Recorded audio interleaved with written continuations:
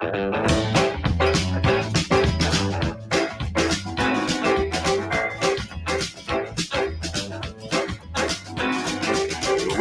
to the Ghost Bear Show. There's no troubles here. Like a light on a train, southwest bound. Time stop running, let the rain wash it away. Gotta walk the line, no more fines. Gonna walk the line, sing a song of long ago. Welcome to the Ghost Bear Show. We're gonna start on Ghost Bear time. Don't like it? Too fucking bad. No, I'm not, man in the moon. That has the sound so profound. Man with the sound so profound to be found. A little bit never hurt no one. Yep, little bit never hurt no one. A little bit never hurt no one. Yeah, if you ain't bent, man, I don't know. Welcome to the Ghost Bear Show. Just need a scarecrow to scare the children. Welcome to the Ghost Bear Show. Welcome to the Ghost Bear Show. There's no troubles here. Like a light on a train, south wind bound. Time to stop running, let the rain wash it away. Gotta walk the line, no more fines. Yeah, the rain washes that bullshit away, right? Sing a song long ago. Welcome to the Ghost Bear Show. Well, where we start, Ghost Bear time. Don't give a shit about what you think. No, I'm not the man in the moon that has the sound. Sound so profound, man with a sound. So profound to be found.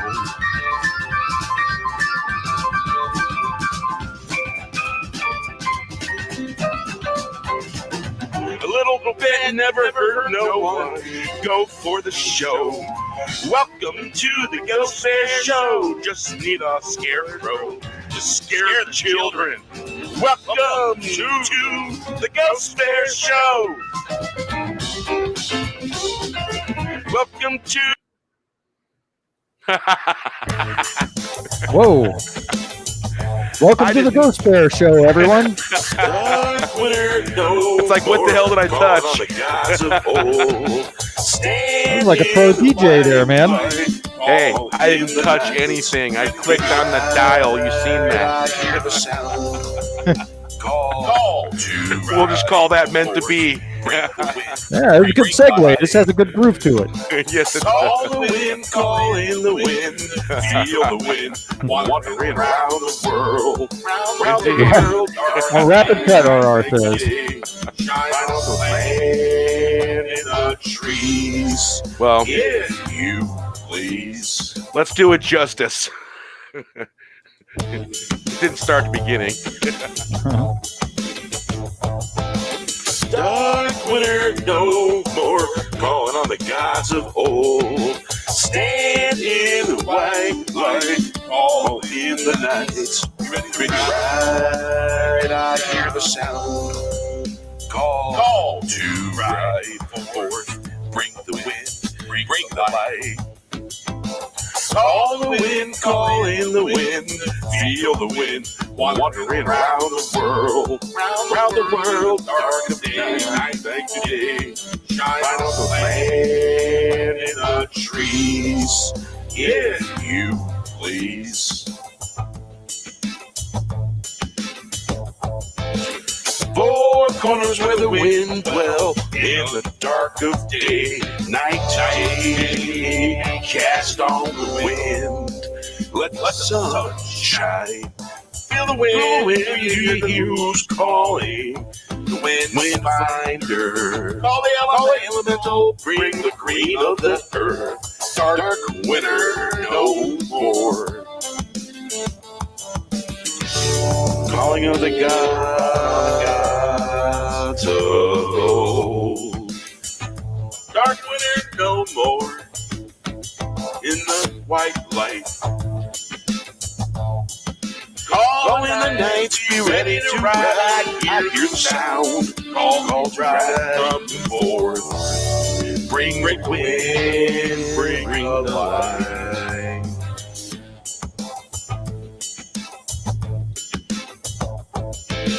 Call the wind, call in the wind.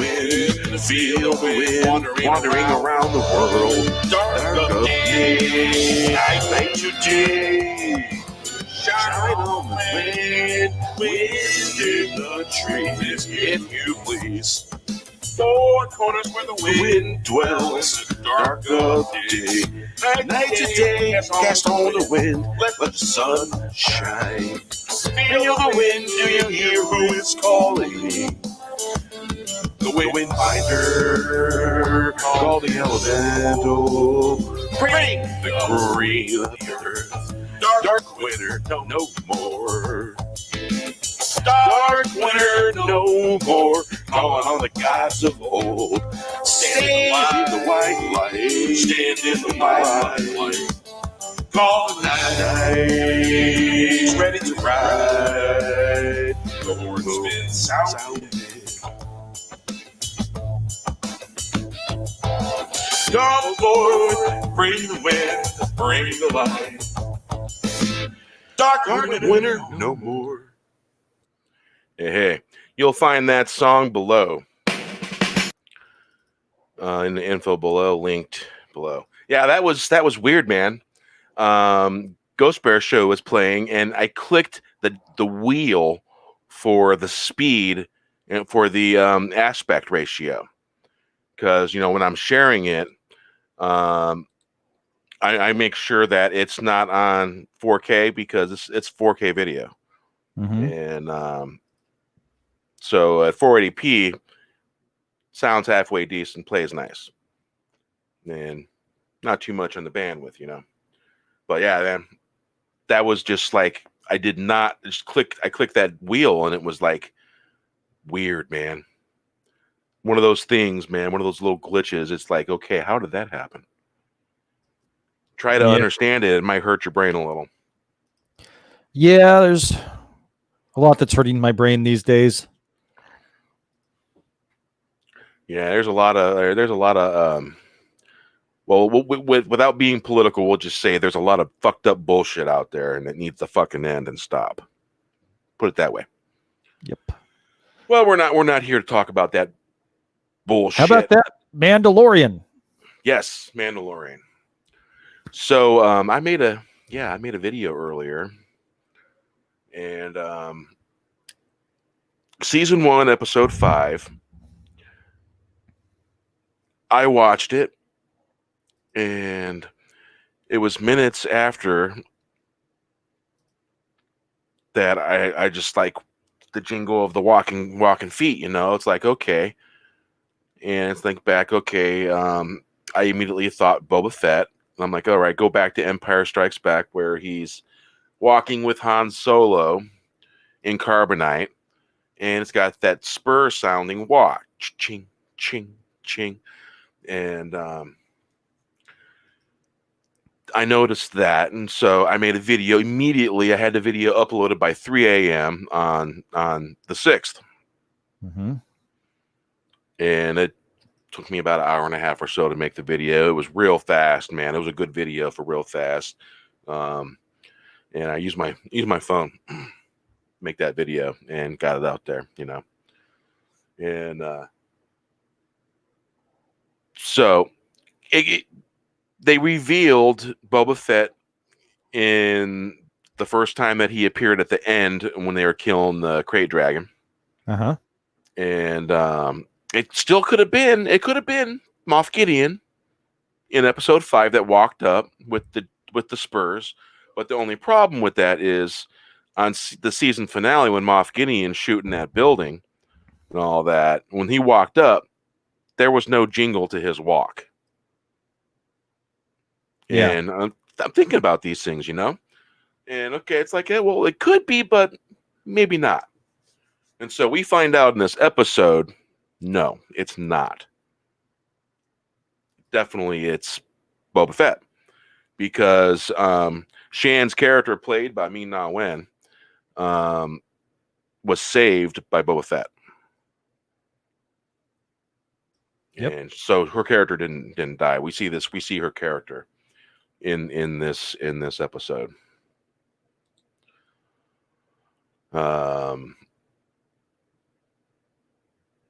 The Tragedy is what the title of that episode was. Fennec Shan obviously wasn't dead because Boba Fett saved her. And so the person that was walking up with the jingling feet was, in fact, Boba Fett. Yep. So, yeah. So it was my theory. I called it and ended up being right. Yeah, you sure were. I remember when you were saying that. Yeah. So it's good to be right. It's good to be right. Yeah. Because, I don't broach anything as fact on my channel. If it's all speculation as far as I'm concerned. It can end up being right or it can end up being wrong, So that's why I always not like to preface it that way, I guess you could say. Let's see here. My little banner things. Yep. Yeah. Now, it seems that maybe the Boba Fett armor doesn't fit the same way it did, though. Gary was talking about Dad bod Boba Fett. Yeah, I didn't catch the whole thing, but I heard about it. Yeah. Gary's live stream. I heard about it. Bet Dad bod. Yeah, it was making its rounds. I think there might even be a Dad bod hashtag. Yep. So you notice the whopping 3 people we have in the chat tonight, man. It's so many freaking people. I don't know what to do with myself. I think we're being punished by YouTube again because I've noticed that. So I made a video, one of those videos that skates certain topics, and the video did very well. It's been one of my highest viewed videos that I've done on my channel anyway. 300 views. That's pretty decent. For my channel anyway. And I notice anytime I do a video or a live stream that covers certain topics, I'm immediately punished after that. And I did notice in my gaming stream that the views were down quite a lot. And whatever Wednesday was down a bit also. So, things that make you go, But I've noticed that on other YouTubers' channels as well. So I don't know.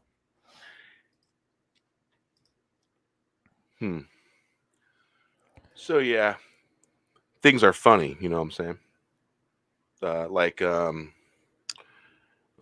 What's it? Joe Pesci's character from the Casino. Funny. Mm-hmm. Yeah. Funny in that way. Funny. You know what I'm saying? Yeah. What am I, funny to you? Love that part. Wait, that wasn't Casino. That was not Casino. Not Wise Guys. Goodfellas. Yeah. Goodfellas. I mix those two movies up sometimes. Yeah, I could see how. Wasn't Joe Pesci kind of an unhinged weirdo in Casino also? Yes. Yeah. Powerful people. In the mafia and the movies and all that. And movies about true events and stuff like that, man. Yep. It blows the mind. Yeah. So yeah, we now have a whopping 2 fucking people in the live stream. Wow. 2 of the best people you could possibly wish for in your audience. Indeed. Yes. Yeah, things. Hail Parrot Head.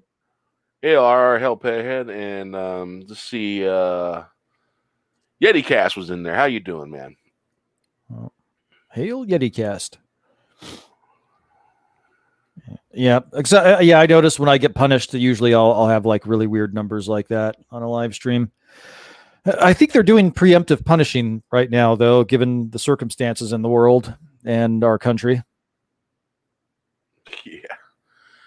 Yeah, man. It's like last thing we need is more bullies in the world. You know what I'm saying? Don't need more bullies. Yeah, you don't want to have that. Bullies running the joint. Be very bad. Bullies. It's as bad as wolves in the chicken coop. You know what I'm saying? Yeah, Or coyotes. foxes. Well, any one of those canine derivatives. Yep. And a little bit of coffee. So yeah, stupid shit like that. It's all stupid shit. I had this. I remember back before I had any gray in my beard. I had a old long bearded white haired hippie guy tell me that don't sweat the little shit, because he asked me, why? And like, of course, I asked why. Because it's all little. Think about that for a minute. It's all little. Well, I'd go on further and say don't sweat the big stuff either. Oh, Irish coffee. Yeah, Irish coffee's good. Yeah, I have Irish ancestry. Fleming and Poland. Yep. Oh, yeah. I don't know that I have that much Irish ancestry, but my and brother... and Mexephany. Yeah, Mexephany. Yeah. Yeah. Very Irish. And, of course, I got very Scottish family, too, as well. The native ancestry, and along with that Spanish ancestry, and I'm a mixed bag. What can I say? Yeah, I used to work with this guy that used to always, when I was doing sales, inside sales, and you had to like do this stupid survey to make sure there wasn't discrimination or whatever. And his icebreaker was always, "I'm a Heinz 57 myself." I was like, ugh, that's so cheesy. But then I thought about it, and it's like, yeah, I guess in America we are Heinz 57s. What can you say? But hey, man, I can tell you one thing. My native ancestry, it got up the west coast of South America, up into the west coast of North America, the whole eastern seaboard of North America, and the breadbasket of Mesoamerica right there in Central America into Mexico is the core. But my ancestors were up both coasts. Cool. Their footprints have literally been up both coasts. They left their DNA there. So yeah, my native ancestors. Amazing. Yeah, I have Cherokee on my mom's side. My wife's got some Cherokee. Yeah. Yep. So yeah, a bunch of...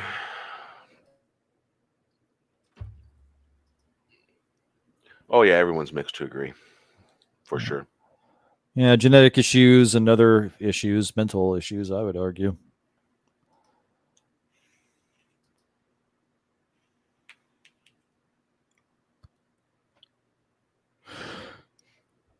Yeah, so this episode of The Mandalorian was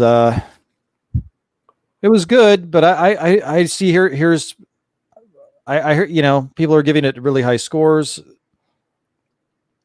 I would kind of like The Mandalorian to kind of be its own thing and not tie into the sequel trilogy and other stuff. I can understand wanting something like that, but it's it's kind of with the way things are, with the way those particular two guys like to write.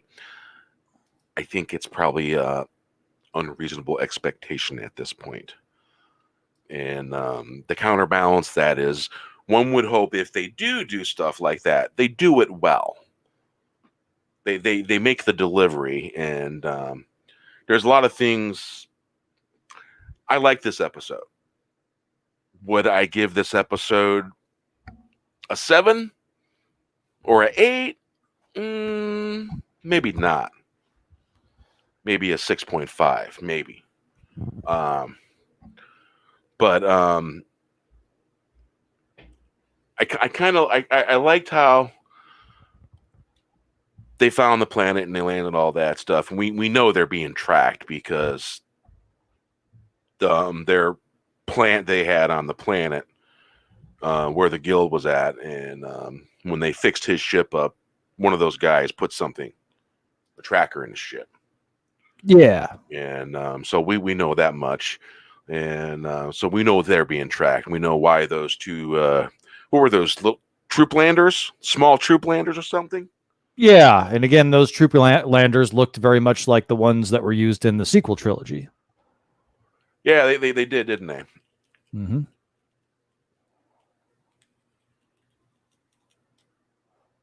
But again, you know, the execution is a lot better in Mandalorian than it was in the Disney trilogy. Sure was. Yeah, I liked a couple things that that I was curious about, maybe didn't like. One, Shan basically ordering Boba Fett to do stuff that was out of place. And the other thing, now I get why Boba Fett would ask the Mandalorian to take his rocket pack off, because he didn't know whether he was going to have a fight in his hand or not. And that's kind of understandable. The part that I did not understand was, why would the Mandalorian run away from his fucking rocket pack without putting it back on? Why would he run up the damn hill? Put your damn rocket pack back on and fly up the damn hill. You know? I didn't like that. I thought that was bad writing. Other than that, those are the two major things that I didn't really care about in this. Other than that, I thought it was okay. Well, I guess Boba Fett shouldn't be ordered around. Exactly. No, he shouldn't. I guess what I'm confused by is what Boba Fett's role is going to be moving forward. Because they blew up the Razor Crest, and now they've taken off with Baby Yoda. So is this going to turn into the Boba Fett show, or because there's already been rumblings of Pedro Pascal and some of the problems there's been. Personally, I think they ought to get rid of Pedro Pascal.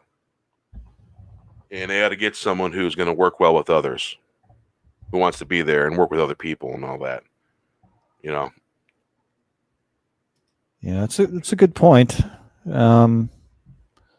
It's like, you know what? No one gives a damn about your goddamn politics, and leave them the fuck at home. Do what Kurt Russell said, and what is it? Be the court jester. Leave your political bullshit at home. We don't fucking want it in our movies, in our shows. And if it's in your background and you can't fucking get over it, maybe you need to fucking go home. I agree. I mean, and the pronouns and the well, see. Well, here's the thing. If people want to do that, well, then they can do that. Don't put it upon me to have to remember that shit, because I'm not gonna. But if that's what they want to do, well, then that's their choice, and that's okay. I'm all for it. But don't make me have to fucking remember shit. I have a hard enough time remembering shit as it is. You know what I'm saying? Yeah, absolutely. Boy, the pronoun thing just triggered me on the latest episode of Star Trek Discovery. Have you seen that? Oh, yeah, I seen that. Oh, fucking stupid. Why write that shit in the fucking story? It don't make sense. It's not fucking entertaining. It's not Star Trek. Well, it just came out of nowhere, too. Yeah, it did. But you know what? I knew it was going to happen. I freaking knew it from that other character that was playing her boyfriend. Mm-hmm. That she was calling her boyfriend. And I knew it was going to happen because I've seen this actor play in other stuff. And the actor's a very well actor, but that actor is LGBTQ. I knew this, and I seen that actor and other stuff. And, I don't care what they are, who they do, whatever, just act well, play the role good, and, I'll watch. And that particular actor that played the boyfriend is someone who plays in what is it called? OA. You know that show OA on Netflix? No. It's really good.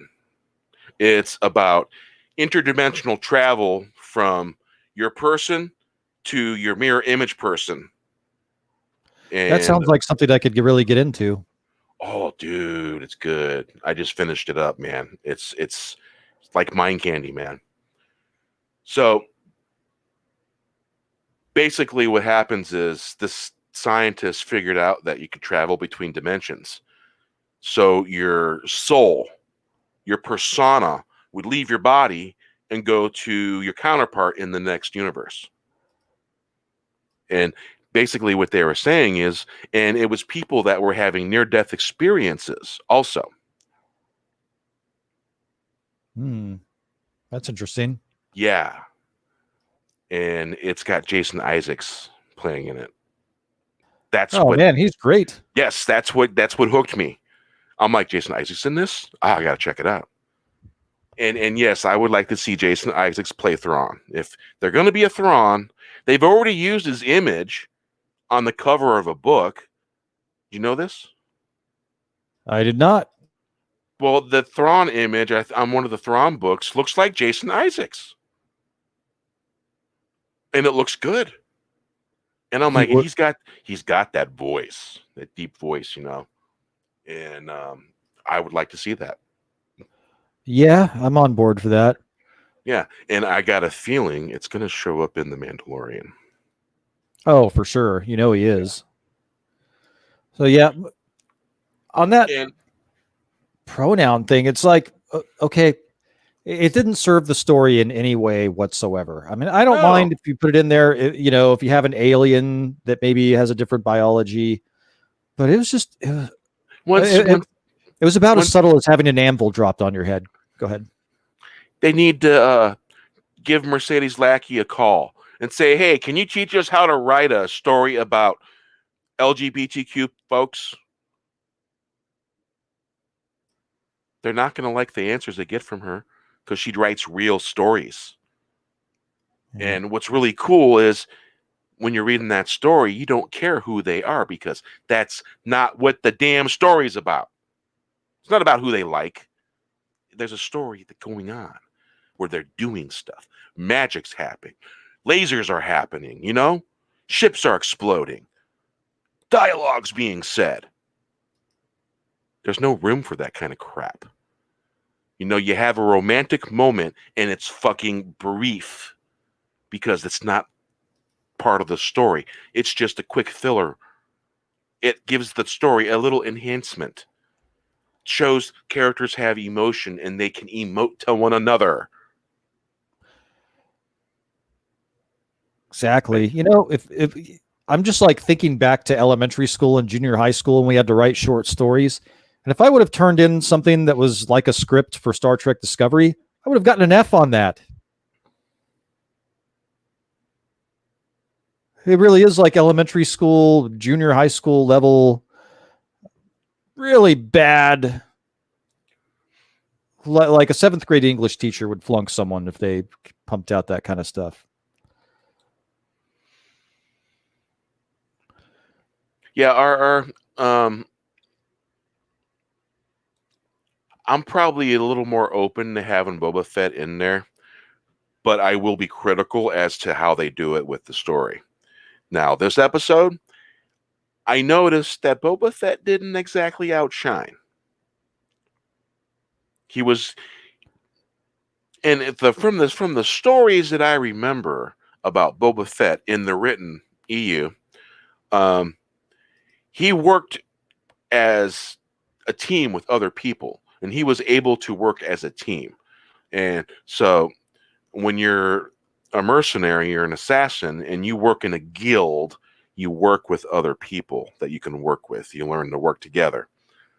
And so I can see that in the written story. What I couldn't get past was Shan's character telling him that he should do something. Or it's like, why not write it in such a way, hey, it might not be a bad idea to give chase. What do you think? Boba Fett be like, not a bad idea. Why does it got to be an order from a freaking woman giving an order? Why does it have to be somebody, a man, whoever, giving a freaking order that's out of place for a character? Why does it have to be that? Doesn't make sense. Yeah, it's a good point. I mean, we have no clue who the hell Shan is. She got rescued by Boba Fett. You know what I'm saying? Yeah. We have no clue who this character is. This character carries no weight or water in the story until they earn their way as they go along in their hero's journey along in the story. That's when everyone starts kind of caring about the character because you've seen what that character is and you've seen what they could do. You develop a story relationship, kind of, you know? Mm-hmm. Yeah. It just doesn't make sense. And Ming-Na Wen's a great actress. And had these people decided to like write something worthy of her where they could have made that scene a lot different.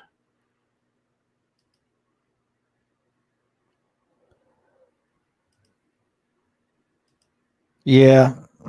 Boba Fett, I think, I don't think he'd be taking orders like that.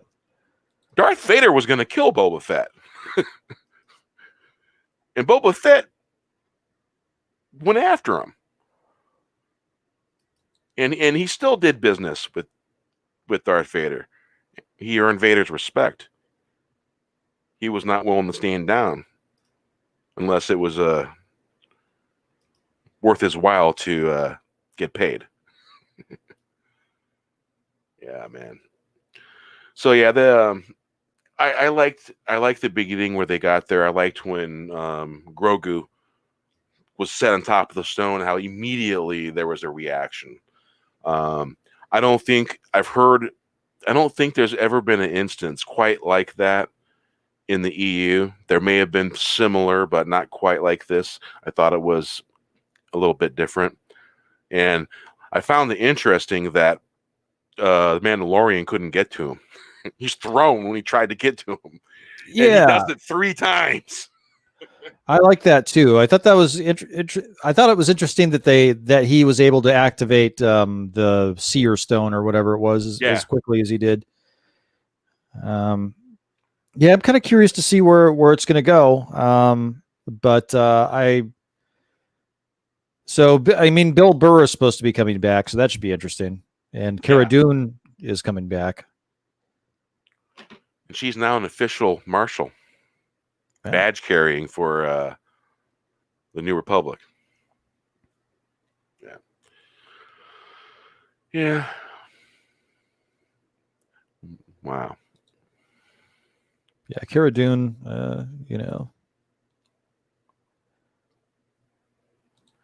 So we literally have 3 people watching right now on a fucking Friday night.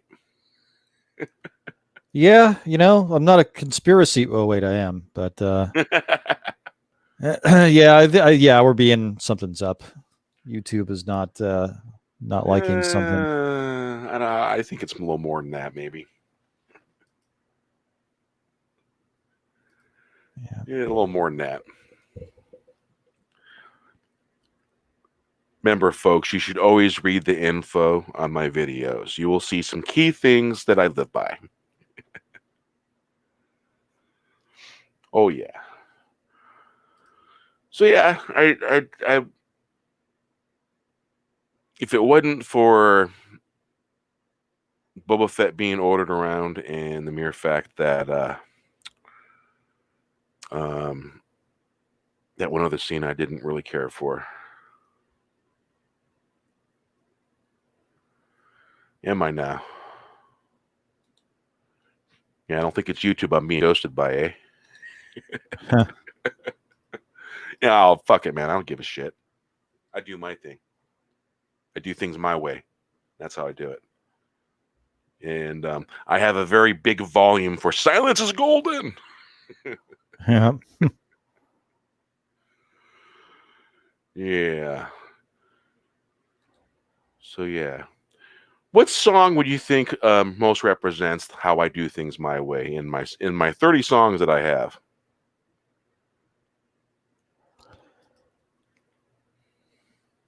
Uh, Because I'm looking. I think Echo Chambers won. I think Ship Has Sailed could be one too, maybe. Yeah.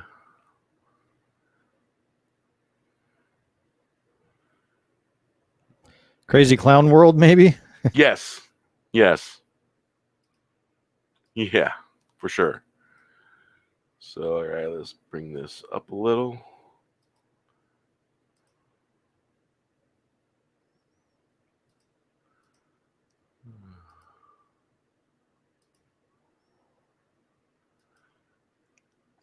All right, we'll put that right under The Ship Has Sailed. Cue that up.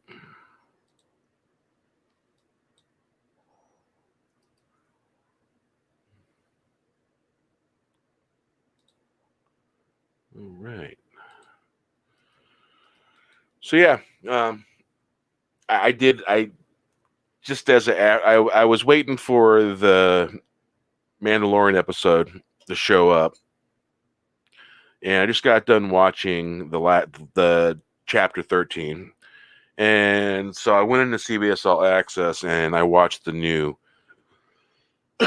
Star Trek episode, and quite honestly, I'm really surprised they didn't put the terminology in there sooner. I really am. Because it's what I expect from the writers that they have there and the people that are working with that and the people they're hiring. Well, and they even had a reason to put it in because she's a Trill, and they didn't even go with that. She's like, I've never felt like a woman. I've always felt like there's more. My pronouns, it specifically exactly says, my pronouns are they, them. I don't, and they didn't, I still, even the exposure I've had to like.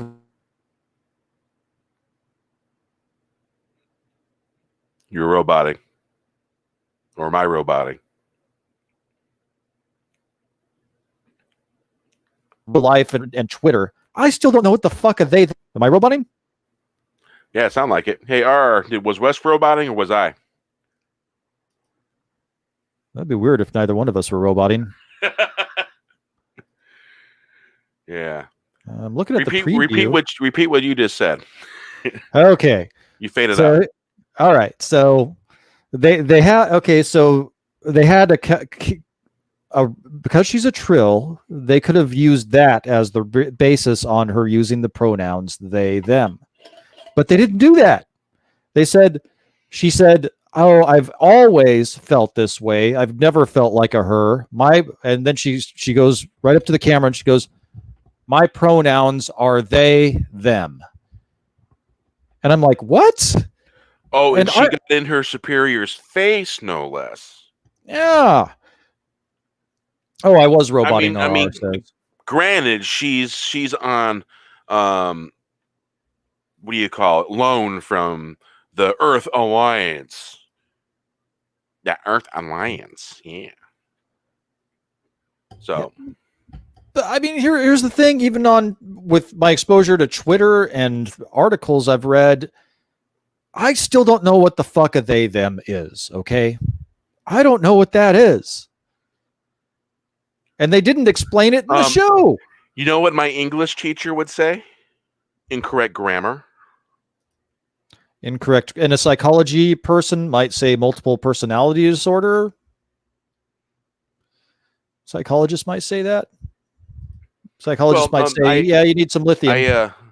I had an English teacher in middle school, and basically everybody in that class used proper grammar at all times, because the moment you didn't use proper grammar in that class, didn't matter what was going on, you'd be picked upon to come explain and write on the chalkboard the right way to say it and the right grammar and all that stuff. So nobody in her class always used good grammar, because we never knew when she was gonna get you. Yeah. She was always listening. For sure. I don't know. Does anybody in the chat know what a they them is? I'm confused. I don't know. I mean, again, it's about as subtle as having an anvil dropped on your head and like Wile E. Coyote or something. Yeah. I mean, I'm happy to use, if you ask me nicely, I'll be happy to use your pronouns, he, she, it, they, Zer, attack helicopter,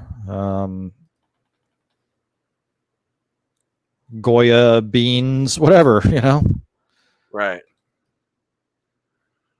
Now, I'm taking a look. Dolphin. Oh shit! No sooner we talk about being ghosted, now it's the first square on YouTube. Yeah, I noticed we're getting views now too, which is nice. I also shared out the Twitter again and asked for some retweets, and Thomas Gilkey was kind enough to do that. Thank you, Thomas. Appreciate that. Hail Thomas Gilkey. You are definitely a gentleman and a scholar. Yes, the heart of the fandom menace. Indeed. Yeah. Yeah. I've been checking out this channel called Little House Off Grid. The guy's in Missouri, and he moved from the northern part of Missouri into the southwestern part of Missouri, and he's been having some minor problems with little things, little things, little tiny things. But I've noticed that he uses clickbaity titles. Oh. And the reason why I say clickbaity is because basically I watched the video for what the title was. It had nothing to do with the title. And I'm like, what? And it's like, why do you keep doing that? And so it's like 5 or 6 videos now that he's made, and he's building an off-grid house basically on an existing trailer frame, and it's in Missouri, out in the middle of nowhere, small town, and no codes, unincorporated town, and so you got minimal codes to work with, and so it's been interesting, but man, clickbaity titles. I don't like clickbaity titles. I don't think I've ever really used any clickbaity titles. I always try to make my titles in my videos fairly clean. What's up, Parrot Head? How you doing, man? Hail Parrot Head. Yeah, you know who else moved to Missouri and went off grid? Who? Tim Pool. No shit. Yeah. Hey, Missouri is the place to move to, and I say it correctly. So Missouri. Yeah, Missouri. There's certain regions of Missouri where they pronounce it Missouri, and I used to be a telemarketer, and every damn person I talked to from Missouri corrected me and told me it's Missouri. You're saying it wrong. Yeah. So I just stopped saying Missouri. I say Missouri now, out of habit. Well, if that's how they say it, that's how you should say it. Yeah, and there's some places in Missouri that not bad, man. Got to deal with winter, but not bad. Yeah, my brother had a friend that moved to Missouri, and dude, it's real estate's cheap out there, man. You can get like a ranch and land and a decent house for like half of what it would cost just to get like a tiny little house here in California. Well, property's a decent price there. It's like property here in Washington State, man, is kind of on the expensive. Yep. I mean, right down on Bud Inlet, man, a house down there on the water, where you're looking at, it's a very small house, probably very nice, maybe a 2-story. You're looking at $400,000 or more. Wow. Yeah. And from 1999 to now, they have beautified. Personally, I thought it was better before, but they put a traffic circle in one of the spots where there was some pretty beautiful stuff there, and I liked it before because there was a little marina right there, and they totally got rid of that marina, and they completely changed it, and now it's not like it was. Granted, there's no traffic light there no more, and you don't have to stop going uphill or downhill because it's a pretty steep hill. Mhm. And it's kind of on the hill and all that. And it made things better, but it was definitely more beautiful back then than it is now. But I think people back then, I think they cared more about the way things looked and stuff like that. More effort went into it. And yeah, the reason why I moved to Washington State was just for the beauty and the air, the fact that they don't put fluoride in the water. It's a big deal. Yeah, yeah. Good air, you know. Shit rains all winter long, but hey, beautiful weather during the summertime. Yeah. When I was up there, it was beautiful. Yeah, unfluoridated water. You know, when I lived in the country and I was on a well, you know, we had the well tested, and it was like the cleanest well the guy had ever found. And water out of that well, man, it was delicious. Mm-hmm. I didn't know water could taste good like that. Well, sometimes you can luck out and you can get an artesian well. Mm-hmm. You can be tapped into an artesian well, or you can be tapped into a regular well. Artesian is really what you want because it's constant flowing. Always, but here's the thing about that artesian well.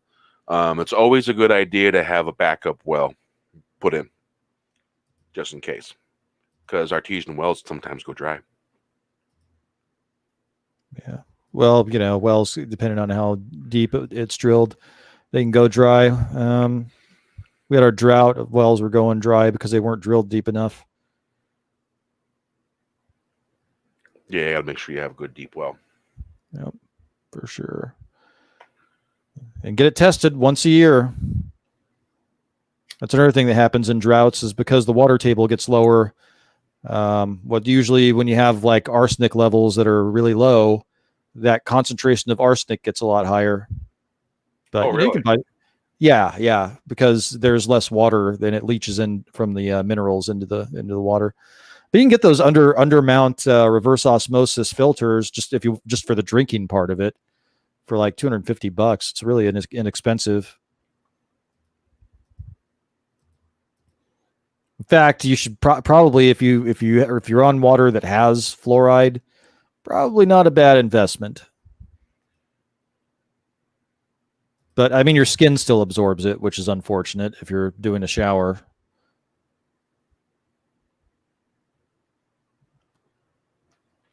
But yeah, man, the arsenic's one of those things that's just really bad because you can absorb it all different kinds of ways. You know. Yeah. You can absorb through your skin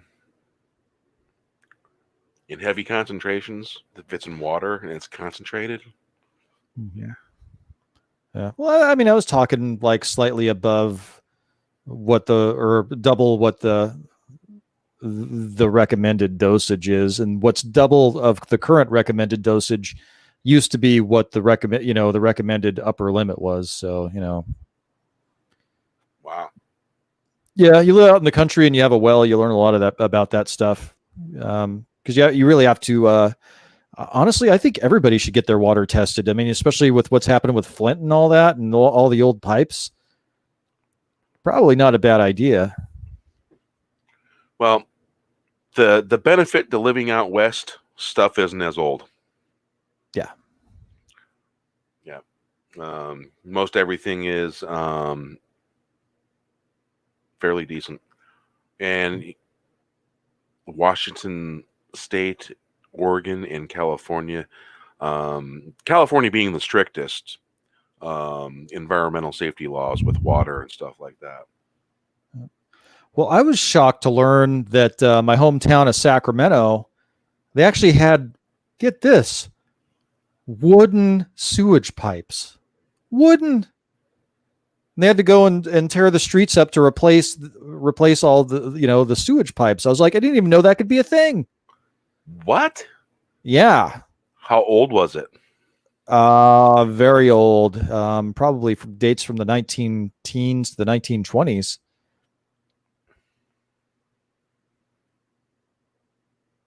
I was like, how does that even work? Listen, if government bodies are trying to vote fluoride treatment. They're straight up trying to have you brainwashed because that's what the mineral fluoride, the incorrect chemical one they use, Sodium what it does. fluoride. Yep. It calcifies your pineal gland. And you know those spiritual moments you get from prayer or being in meditation? Guess what? That shit will go away and you won't be able to reach those plateaus in your meditations from fluoride. Yep. It does. It calcifies the pineal gland. They use the chemical version and not. It's a waste product from something. I can't remember what it was. I think it's something like uranium mining, believe it or not. Yeah, it's crazy, and they really are pushing it. And, it's just like this vaccine. Sorry, I shouldn't be talking about this on your channel.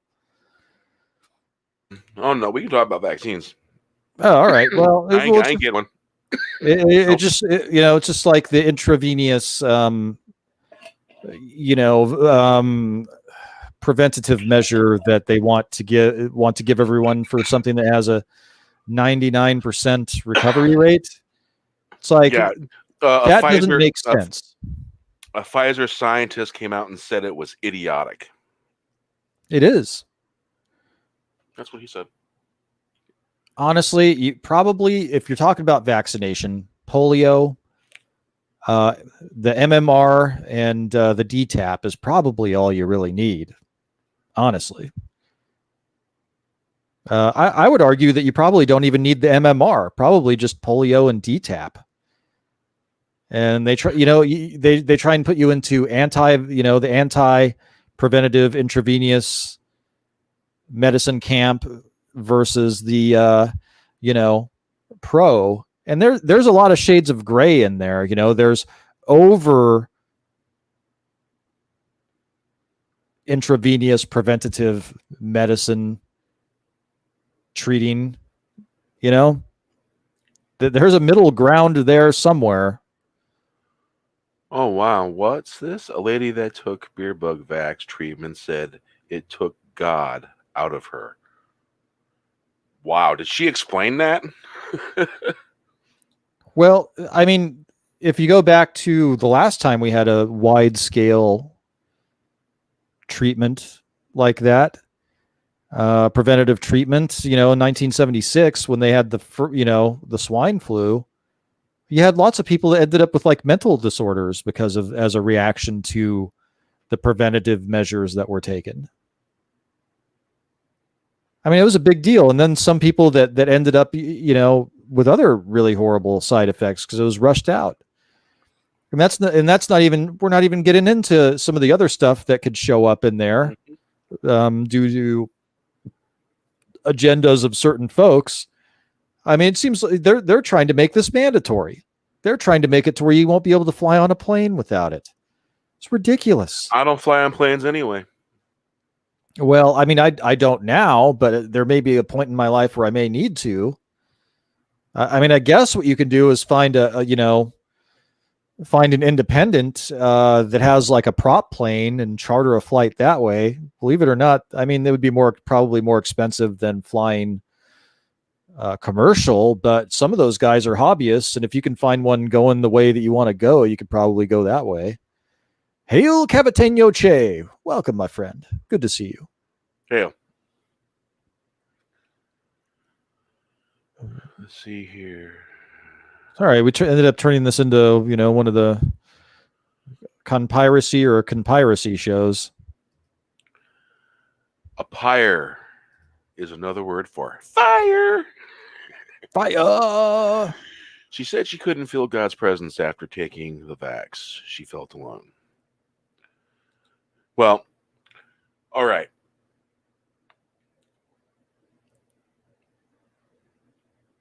Basically, for me, there's a reason. There's a fundamental reason why I won't wear a mask. Because if I have a mask on and I pray, will my prayers go to Creator?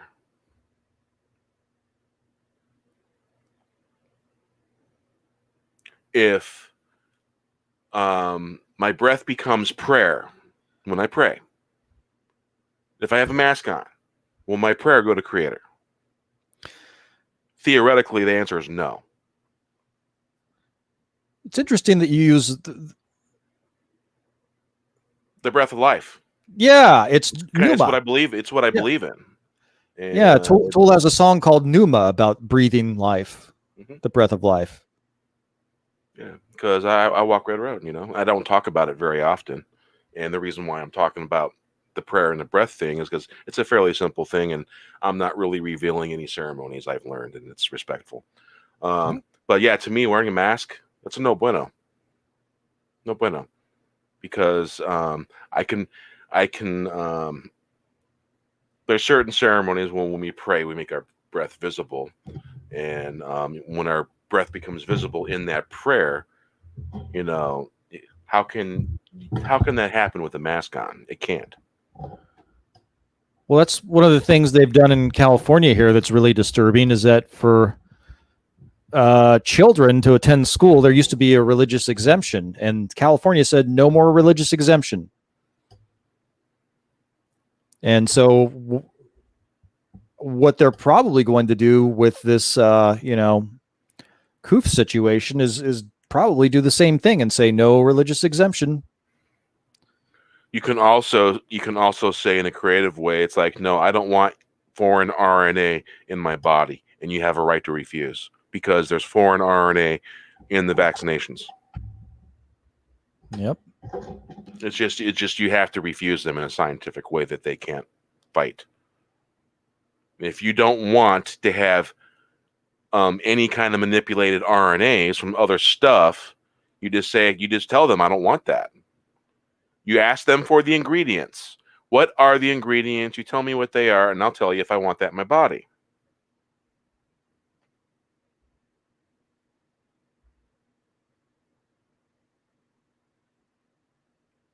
RR says Numa comes from the Upanishads of ancient India. Numa breathes life into the universe.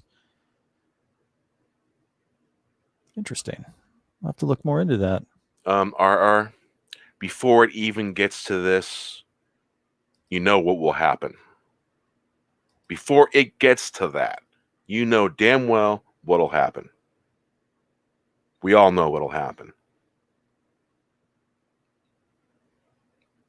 It won't get to that. And if it does, it's going to be bad. Very, very, very bad.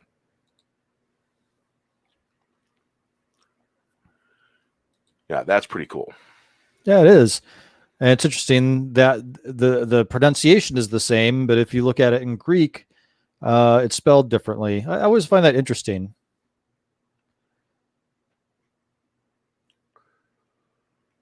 How a lot of cognates, they're called, words that are basically the same in different languages and mean the same thing. Right. I ran across a video the other day. A guy was talking about corn crops and how their corn crops didn't get above 2.5 feet tall. And he said all the corn, they didn't have a corn harvest this year. They didn't even bother harvesting the corn. And he was saying, oh, it's like that all over the place. And basically what he was saying is there's going to be a famine because all crops failed. Crops didn't fail in Washington State. We had abundance of corn because, there's lots of farms in Washington State. They grow corn, they grow this, they grow that. And so this guy's saying that it was somewhere in the Midwest, from Idaho further out west, somewhere in the breadbasket where they grow corn. And basically people were commenting in the comments saying that they've seen a lot of that too. I've got friends back east, and they haven't said the corn crop in Indiana failed. So I haven't heard nothing like that. And so this is the first time I heard something like that. I'm wondering if anybody out there has heard about crop failures here in the United States. It's very interesting. I just posted something there in the private chat, man. I don't know if you want to share it or not, but I thought I would share the link at least. Cameron Pasha, that guy's on fire right now on Twitter. Oh, he has been. I've been paying attention to what he's been saying. he's really bringing it, man. He's not pulling any punches on it either. I mean, he's saying it in an intelligent and non-combative way, but he's being blunt with what he's saying. I really like it a lot. Oh, hey, man. I believe in the Constitution. All right, I absolutely do. But I know in my own heart that it's not a black and white world. Things happen where they happen. Things land where they land, and they do that for a reason. And good is good, bad is bad. There is both, and it's all going to happen. It's always happened this way, and it'll happen again. And the way I look at it is, we're kind of familiar with some of this stuff, and we should automatically know from history. Government lies. They lie. They never tell you the truth. Doesn't matter who they are. They lie. And there's always a segment in that population that probably got the shaft. And we know there's quite a few. And so we know, if we learn from the past, government lies. Have no illusions. Know what's true. Government fucking lies. It's the truth. You can't believe what they say. You can't believe what local governments sometimes say, because when you look at people, and when you can obviously see they only care about themselves and what they can get for them in their greed. Yep. It's obvious. It's a no-brainer. It is. I don't know why people fall for it, but they do. I don't know either.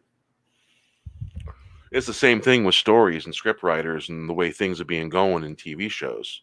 It's something similar, you know. It's all connected. Mm-hmm.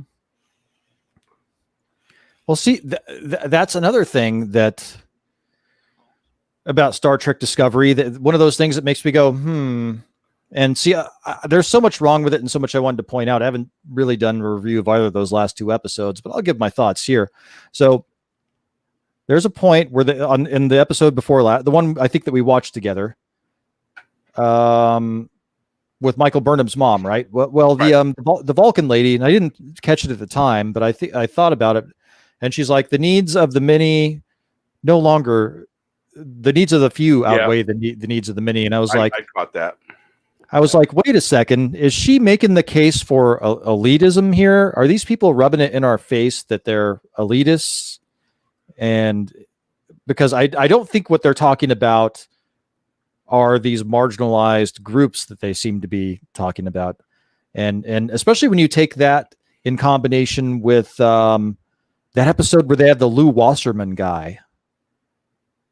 The guy that looked like Lou Wasserman, the mafia guy that ran Hollywood for a while.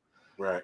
I was like, I think we're being trolled here, and I think it's kind of rubbing it in our face a bit. I mean, it's the only smart things they've done. Yeah, Wes, they've been trolling us like this in TV shows and movies from the very beginning. It's just more blatant and more noticeable now. Yeah. If you want to control the masses and brainwash the masses, what do? Take control of the TV and the movies. Have everybody seeing the same thing. Yep. Yeah. Pound that message into it like they do in North Korea, where they have speakers piping into your house that you can't shut off. Oh yeah, symbolism. Oh yeah, they love to use that stuff. Mm-hmm. And basically what I've noticed with they don't like Christians either. And to me, that's bully. And I don't like bullies because, you know, I'm not a Christian. I walk in a different way, but I still pray. I walk in the white light, stuff like that. And I don't like bullies, never have. And when I see stuff like that, Christians are being bullied because they're a Christian and they pray that way. They believe in a certain way. That's their right to do so, as far as I'm concerned. And the right is being taken from them. Usurped, you could say. Yeah. And they show us all this stuff, all this imagery in TV shows and movies and all these things happening. Remember The Time Machine, the new one with Pierce in it. Yeah. Remember what's his name, the comedian that played the AI in the library? Oh yeah, Orlando Jones. Yeah, he was Yeah, on Mad Orlando TV. Jones. Remember when Orlando Jones went? Bah, Yeah. cattle. Mhm. Cattle. Oh, and it's not really Satanism because it's older than that. They give it the pretty trappings of Satanism, but these things that they worship are a lot freaking older than that. They go back before Babylon to a certain point in time. Yeah. Yeah. And all because I had an interest in history, in everything to do with archaeology, to do with ancient Greece. I watch all that stuff. All history, ancient history. It's all fascinating.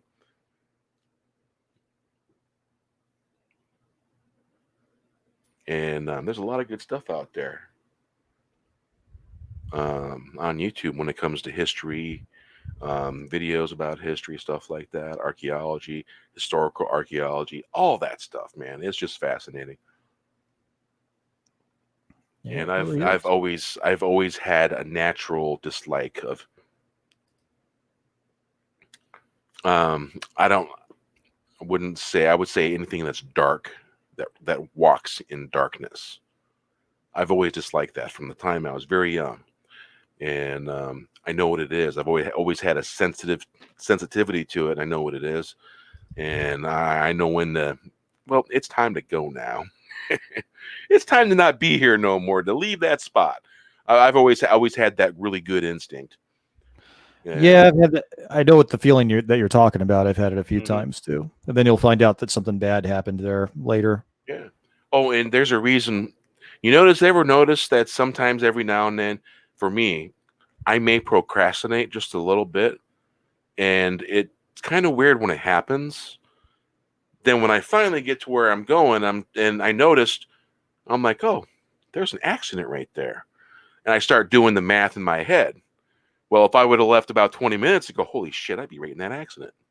Yep. And so if you start procrastinating, maybe creator was kind of sending messages to you saying, hey, you should check and see if you forgot this, and check for if you forgot that. And maybe they're actually messages, or maybe it's our subconscious. Who knows? But that big something that sometimes we just can't see. I like to call it seeing around corners every now and then. But Yeah.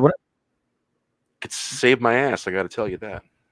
Yeah. When I was in high school, I had my first job. I worked at a pizza place, and I'd gotten into it. It's weird. I'm always pretty chill, and I always do what people tell me to do. But for whatever reason, I got into an argument with my manager, and I ended up leaving early in kind of a huff, and that was very unusual for me.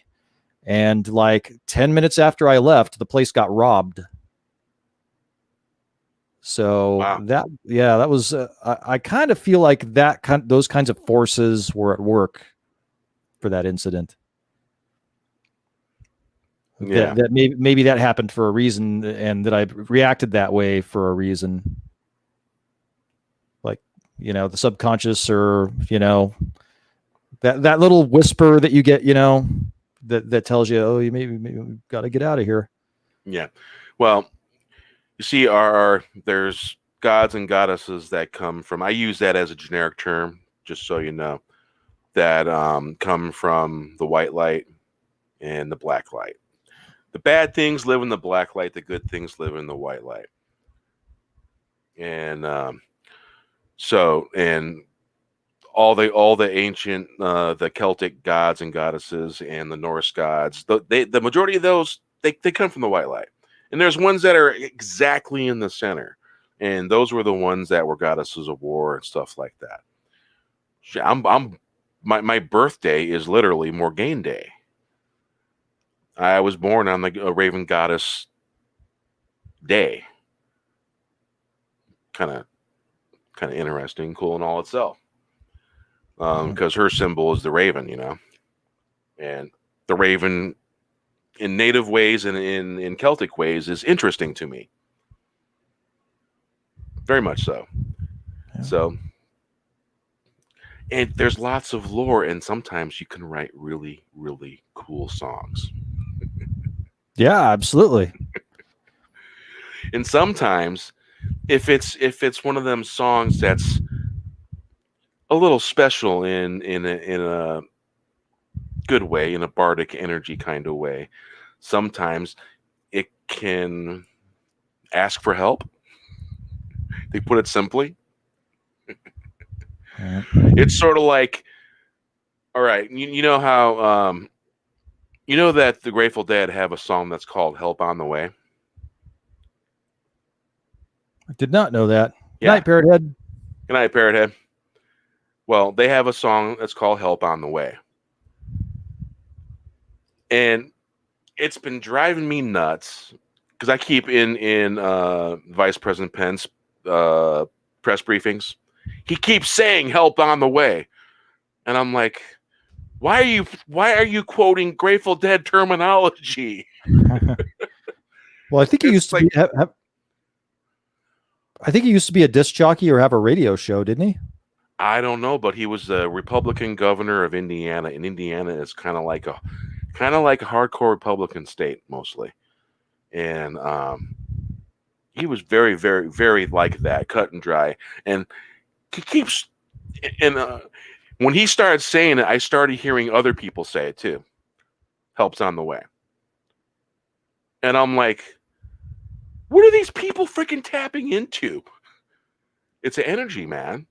Mhm. And it's like, to me, everything is energy.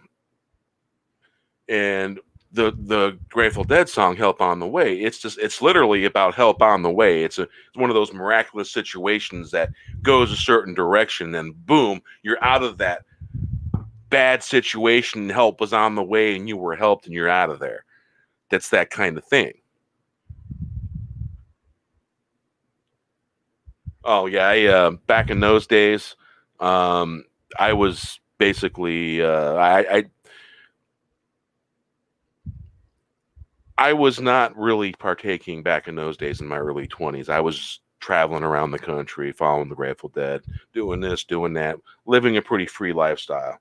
And I didn't much give a shit about anything. I didn't give a shit about your rules or whatever, stuff like that. I didn't give a fuck.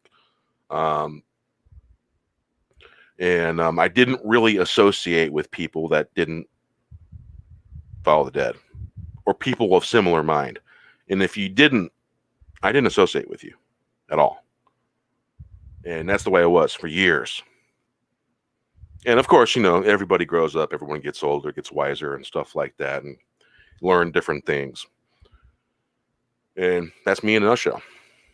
And more, apparently.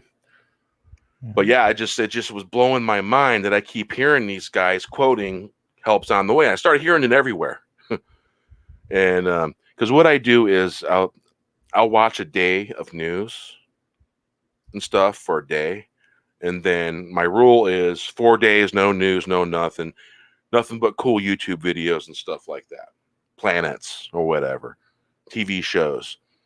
And that's kind of how I do it.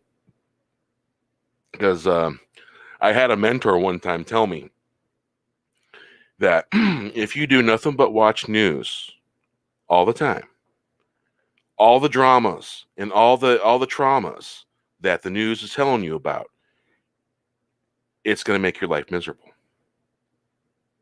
In so many words.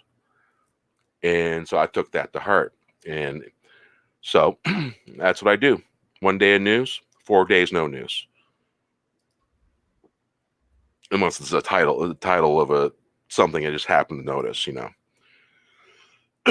But when it comes to watching news, I go 4 days without after a day of news. To stay level, Mm-hmm. Because that stuff, man, wear you out. Yeah, it really will.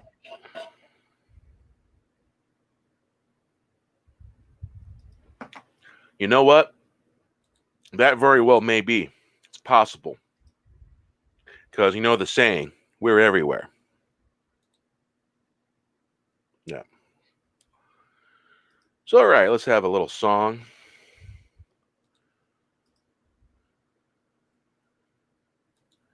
Of course, there was a reason why I was asking those questions about the songs and their statements and what they say, what they mean. And so, here we go. Hear that, Wes? Yeah. All right.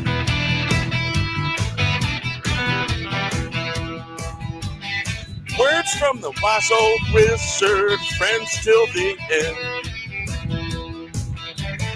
True intentions and their flags, you'll know who's true. The ship has sailed. Truth to power, fearful of the shadow, ranchers of delusions. The fuses are blown, why you gotta be a sleuth to find the truth? The ship has sailed.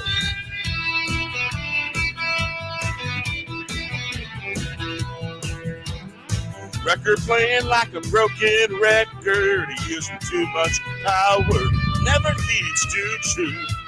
The grand old show, reckoning realities of majesty, the ship has sailed.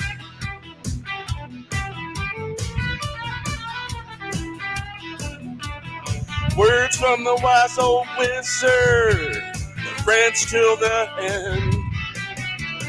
True intentions and their flags, you'll know who's true. The ship has sailed. Truth to power, fearful of the shadow, ranchers of illusions. The fuses are blown, why you gotta be a sleuth to find the truth. The ship has sailed. Records playing like a broken record, using too much power, never leads to truth. Got that right. Old show. Reckoning realities of majesty, the ship has sailed.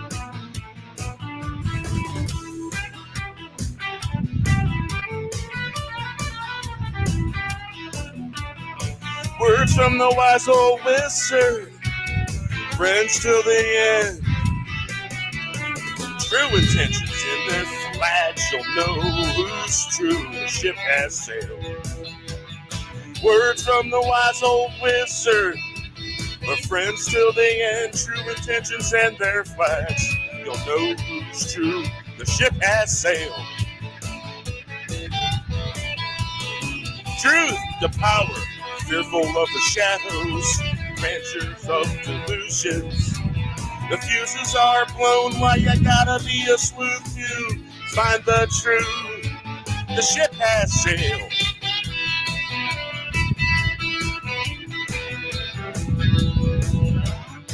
Record playing like a broken record, using too much power, never leads to truth. Grand old show, reckoning realities of majesty, the ship has sailed. Words from the wise old wizard, my friends till the end. True intentions and their flags, you'll know who's true. The ship has sailed. True to power, fearful of the shadow, ranchers of delusions. The fuses are blown, why you gotta be a sleuth to find the truth? The ship has sailed. The ship has sailed.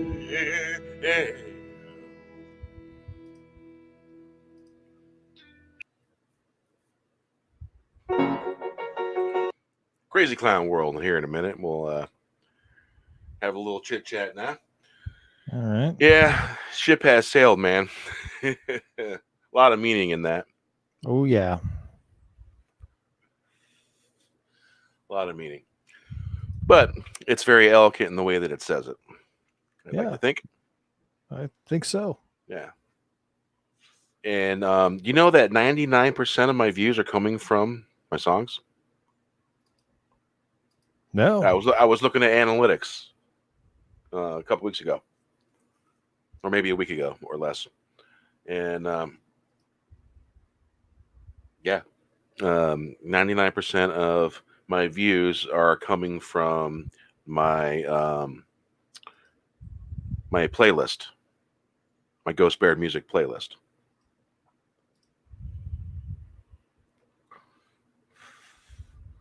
So yeah, it's pretty fascinating. Yeah.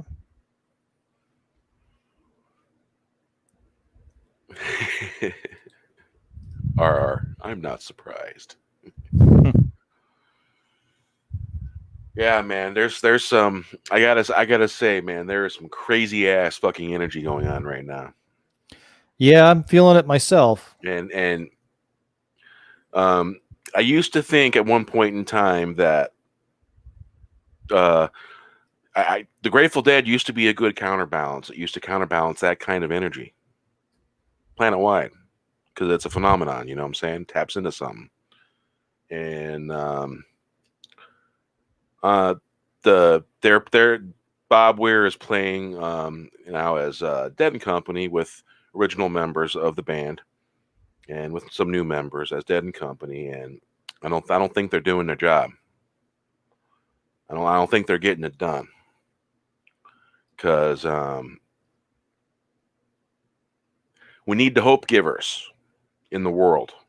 We need those who give people hope, and Dead and Company is one of those things. But I think they've gone the money route where it's so freaking expensive to go see them, and it's like, why? Wasn't never supposed to really be about that. It's supposed to be about music that gave people hope and stuff like that, and a balance, but there's really nothing to balance what's going on right now. Well, I mean, it's still going on, so Exactly.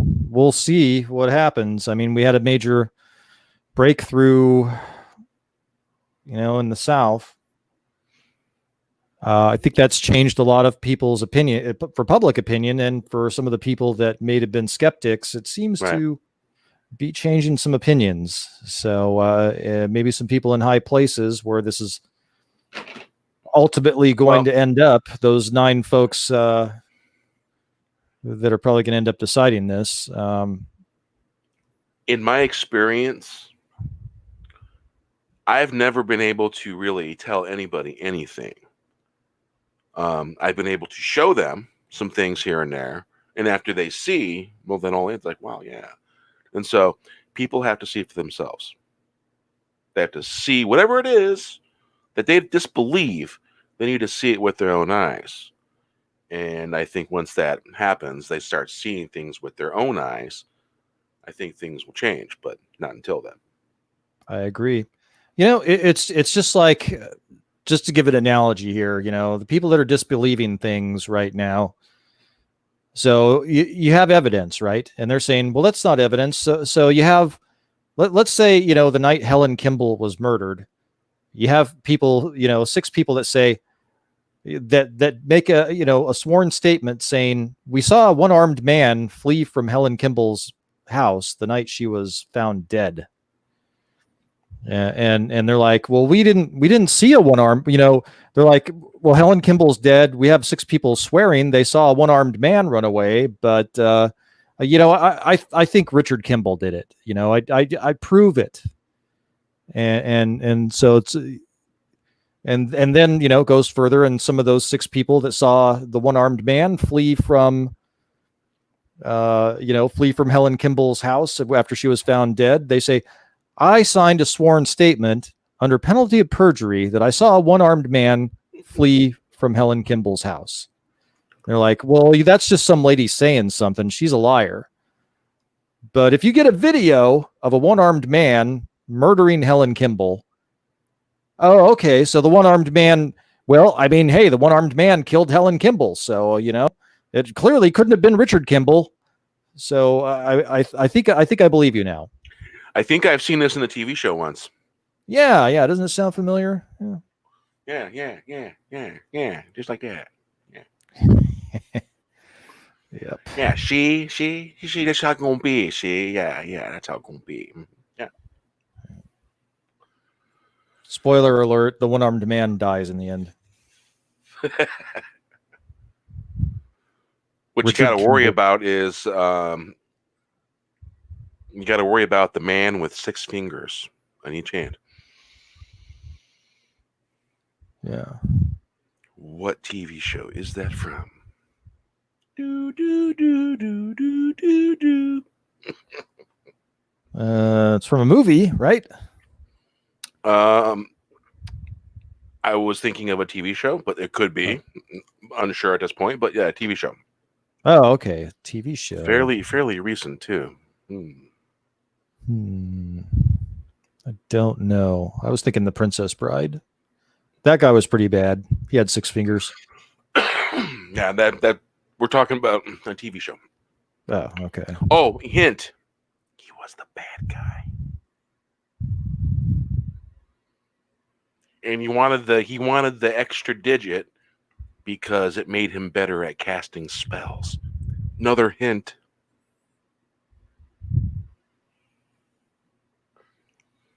Is it The Witcher? Nope. Oh. Man, I don't watch a lot Who of knows? TV. Maybe there's a 6-handed guy in there too, in each hand. Oh, yeah. Guy. It makes it easier to stuff paper through machines.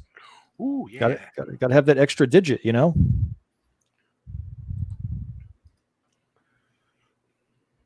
Of course, if you probably would have watched this TV show, that might help. Yeah, I didn't watch it. I don't think. It's The Magicians. Oh, okay. One of the big bads has 12 fingers. Well, technically,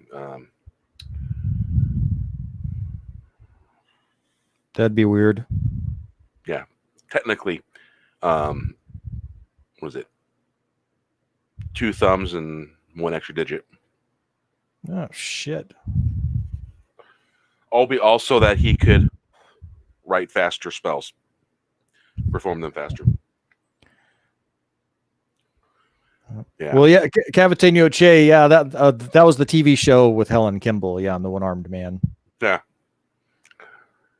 Da, da, da, da. That show had some of the coolest opening credits of any show I've ever seen. Yeah, it did. On his way to the death house, Richard Kimball. In custody. You ever catch the Harrison Ford version? I did, and I thought it was not as good as the show. I thought it was pretty average. Well, I kind of liked it because of there was some people that was in it that I liked that were in it, besides Harrison Ford. Sometimes I may watch a movie, even if it's not so great, but if it's got certain people that I want to see, I'll watch it. Oh yeah, same. Yeah, and I think that's kind of the reason why that movie got a pass, because there were certain people in it that I liked. Man, I don't even remember who was in it. Tommy Lee Jones. Tommy Lee Jones. He was Tommy Lee. I think was Tommy Lee Jones. Was he the detective? Yeah, he was Philip Gerard. Was Ed Harris the One-Armed Man? I can't remember.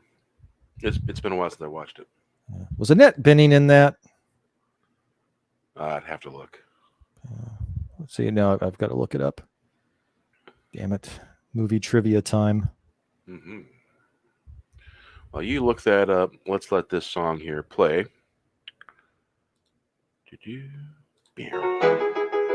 Crazy Clown World. Okay. Crazy Clown World, music from another land.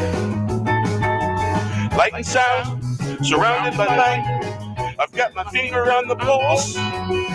Curators of reality, they have no personality. Music from another land, light and sound in the dark of night. You're not alone, make your own reality. Be the monks in your life, protect me ghosts and mythologies. In a story for story's sake, the writing's on the wall. The band's playing Crazy Clown World, music from another land. Light and sound, surrounded by light. I've got my finger on the pulse.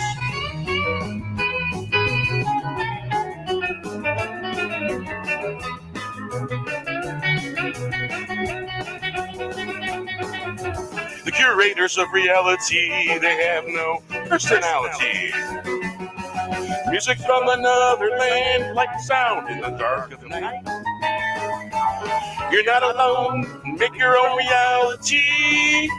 Be the monks in your life, protect mythos and mythologies, and a story for story's sake. The writings on the wall, the band's playing. Crazy clown world from another land. Light and sound, surrounded by light. I've got my finger on the pulse, the curators of reality. They have no personality. Music from another land, light and sound in the dark of night. You're not alone, make your own reality. Be the monks in your life. Protect mythos and mythologies. In a story for story's sake, the writings on the wall of bands playing. Crazy clown world, music from another land. Light and sound surrounded by light. I've got my finger on the pulse. The curators of reality, they have no personality. Music from another land. Light and sound in the dark of night. You're not alone, make your own reality. Be the monks in your life, protect mythos and mythologies. In a story for story's sake, the writings on the wall, the bands playing. Crazy clown world from music from another land. Light and sound surrounded by light. I've got my finger on the pulse. Crazy clown world, music from another land. Light and sound surrounded by light. Indeed, indeed. Yeah. Yeah, this is another one. It's got a little something on the tail end. Story man sound. There we go. All right, what'd you find? Well, I couldn't find the clown face emoji for some reason, which was annoying.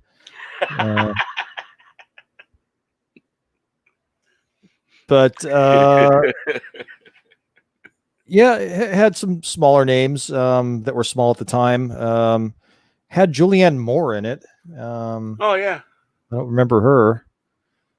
It had Joe Pantoliano from The Sopranos and from The Matrix. Plus, there was a couple other TV shows he was in, I think, too. I think so. Yeah. Oh, and he was in Memento also. He was great in Memento, man. Memento was a great movie. You know, once the Nolan brothers got really big, I think they've I don't know. I haven't seen shit. What's that new one? The time bendy one, Tenet. I haven't seen that. I haven't seen that one yet either. I didn't really like Dunkirk.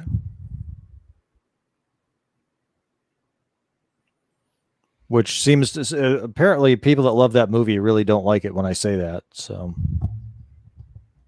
well, or even Dunkirk really, really brutally bloody. It was, and they captured that just a little. Maybe that's my issue, is that it was a little too realistic, because there was just like nonstop booming and bombing going off, and I couldn't handle it. It's only like the second or third movie I've ever walked out of. I told my mom not to watch it. Yeah, because it's intense. If you can't take intense nonstop war zone movie that's really intense, don't watch it. Yep, I think that's good advice. Yeah, if you're a combat vet that's got PTSD and stuff like that, and that's something that you don't want to see, do not watch that movie.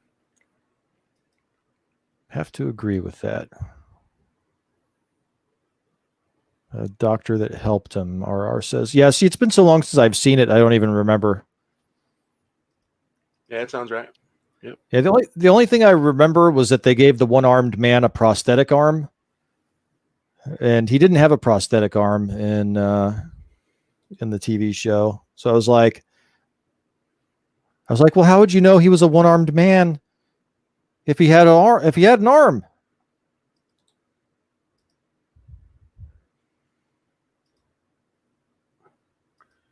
Yeah, I mean, I liked them both, but I did prefer the TV show, because the TV show gave you that sense of hopelessness and a little bit of hope too that Richard Kimball had as he was trying to solve his wife's murder, and also not be put on death row.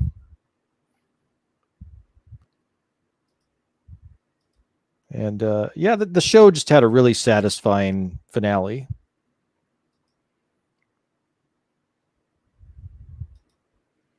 But probably one of the best finales of any TV show, honestly. It was really good.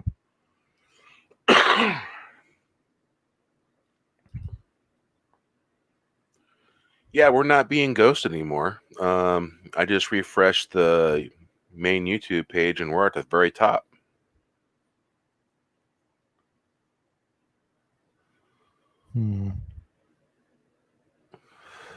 Yeah.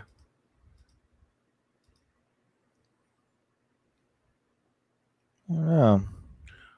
Oh. I don't know if you guys watch Ricky Gervais's YouTube channel. BALR. This is the name of his channel. And he's got the ultimate Ricky Gervais outtakes. And that looks like it might be funny. It's old. No, it's not old.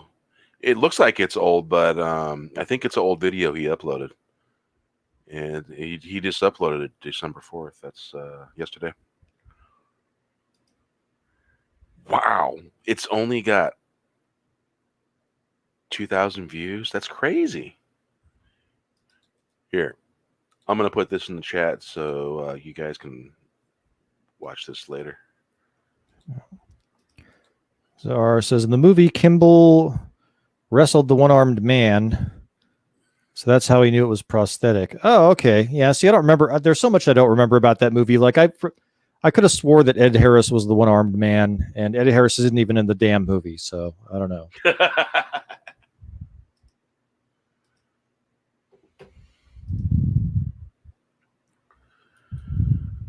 So, yeah. Let's check out this link here.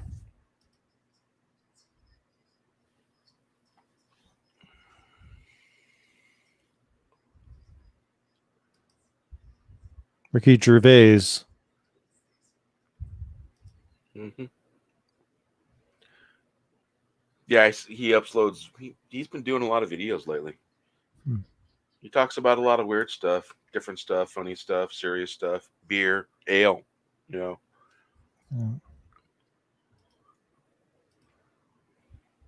Yeah, Ricky Gervais is another one that's been kind of speaking his mind a lot lately. Oh, yeah. Got that right. Hey, CJ. Hey, Tina. What's up, Tina? How you doing? How you doing, CJ? So, yeah, me and Wes have been notating that the energy basically is very, very weird and strange. It doesn't feel exactly quite right. It does not. It really doesn't. Let's see here. Go scroll back up.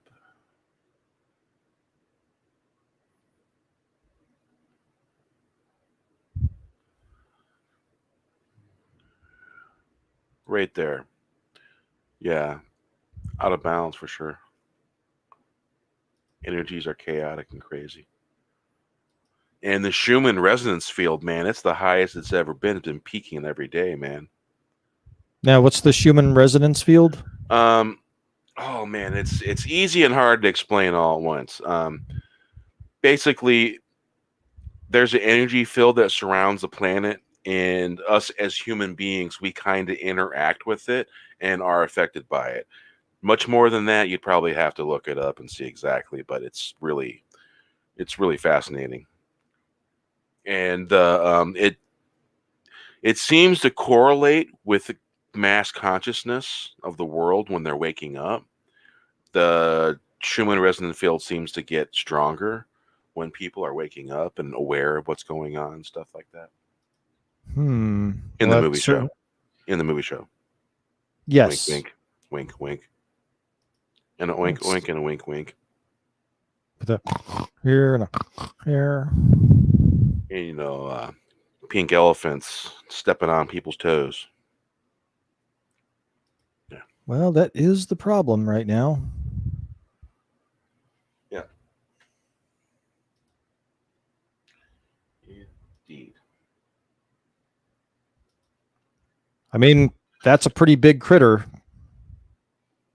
Yeah.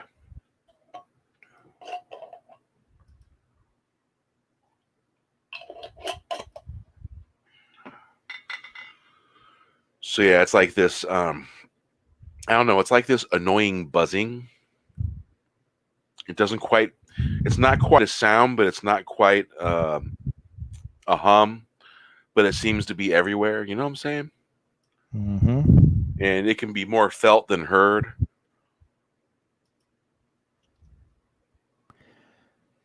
But Yes. I tell you what, I had a normal conversation with the lady at the grocery store the other day. Yeah. Because I had to come back through a second time, and the first time I came through, because she always sees me coming and going and stuff like that. And I tend to get to know all the managerial and main checkers. I tend to get to know those folks, the store that I go to, because I talk, get for gab. What can I say? And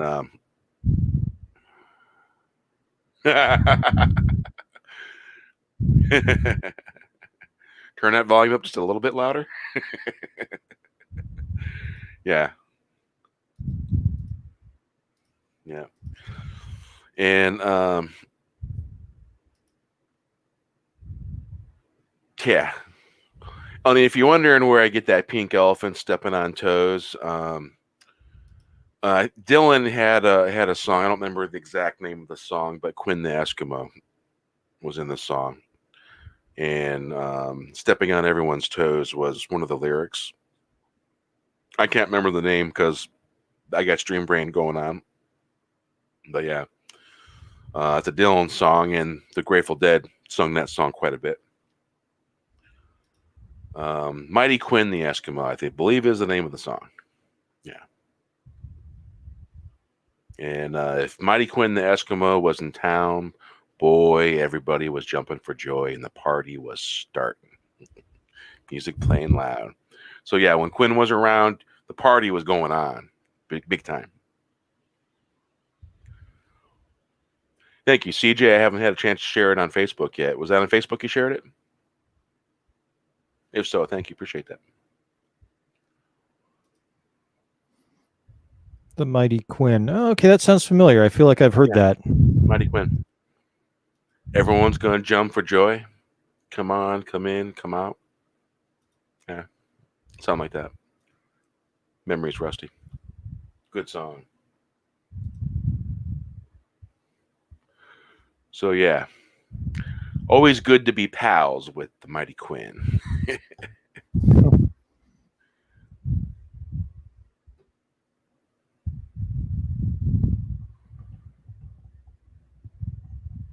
Very, very weird stuff going on lately, I gotta say. Well, it's just one of those classic eternal struggles between, two opposing forces. It's been going on since the beginning of time, and it's just it's coming to a head. Yep.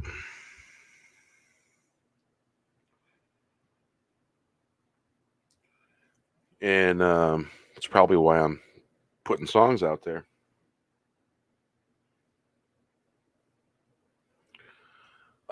Five Guys Burgers. Where are they located? Wes, you know Five Guys Burgers? Yeah, we've got them down here. I think they call it Five Guys Burgers and Fries because it takes 5 guys to eat one order of their burger. Like their small burger is gigantic. Their Really? gigantic burger is humongous. They're a little bit pricey, but I like them. Their burgers are just dripping with grease. It's real good. You can customize it kind of like the way you do at a Subway. So I like Five Guys, but I'm a pretty simple guy. I think for bang for the buck, for the actual burger itself, probably going to hit an In-N-Out burger. I think if you want to treat yourself to like a gourmet-ish style burger, with fries that have like I think their fries have a Cajun seasoning, if I'm not mistaken. They have some sort of like a Memphis rub on their fries. It's very interesting. And they give you this like malt vinegar to dip it in. It's good. It's an experience. Well, it would just so happen that man, thank you for asking about Five Guys burgers, because you just reminded me that I remember I vaguely have a recollection of my mother-in-law telling me that a Five Guys burger opened on the west side of Olympia, I believe it was. And so I just did a search on maps, and sure enough,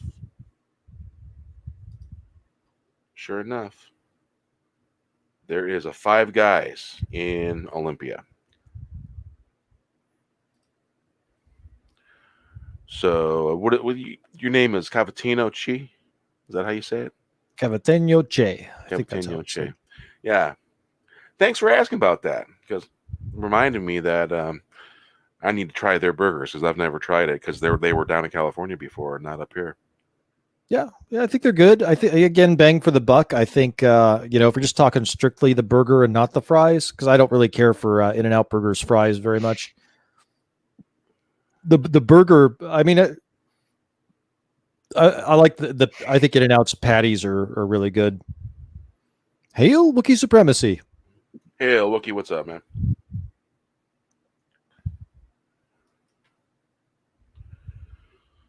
So yeah, Five Guys burgers, yeah, awesome. Yeah. It's kind of like I don't know if any of you guys know what White Castles is. They're back east, right? Yep. They use their sliders. Yes, sliders. Well, from the time I was a little kid to adult, man, best little slider burgers you can ever have. Granted you, they're not the best ever, but those who really love them, love them. And it's not recommended to eat a shit ton of them, because it's going to affect your system a certain way. But they're not called sliders for nothing. That's right. They slide in, they slide out. But yeah, back when I was back in Indiana, man, every other day I hit that White Castles for a week, because I hadn't had White Castles in freaking years. And oh man, every now and then my mom's still out east. It's like, hey, get one of those $30 Crave cases and overnight me a Crave case. Put it on dry ice. Yeah. So yeah, White Castles. It's one of those little things, and sometimes urban legends kind of surround White Castles. Yeah.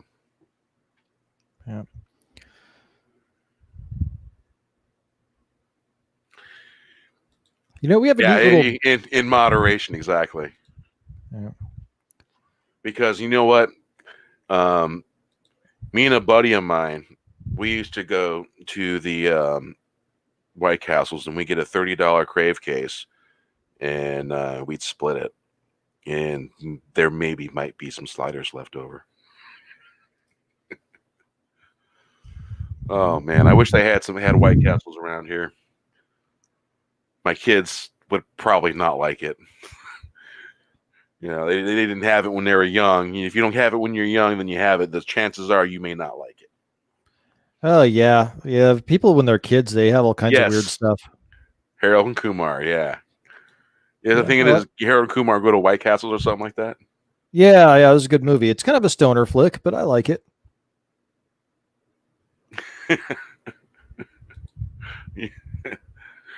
What is it?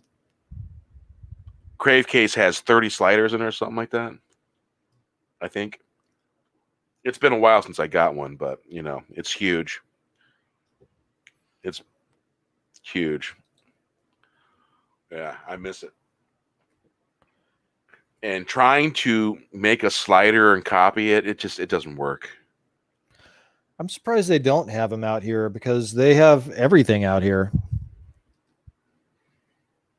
Because I don't know anywhere on the West Coast where there's any White Castles. I don't think there are any.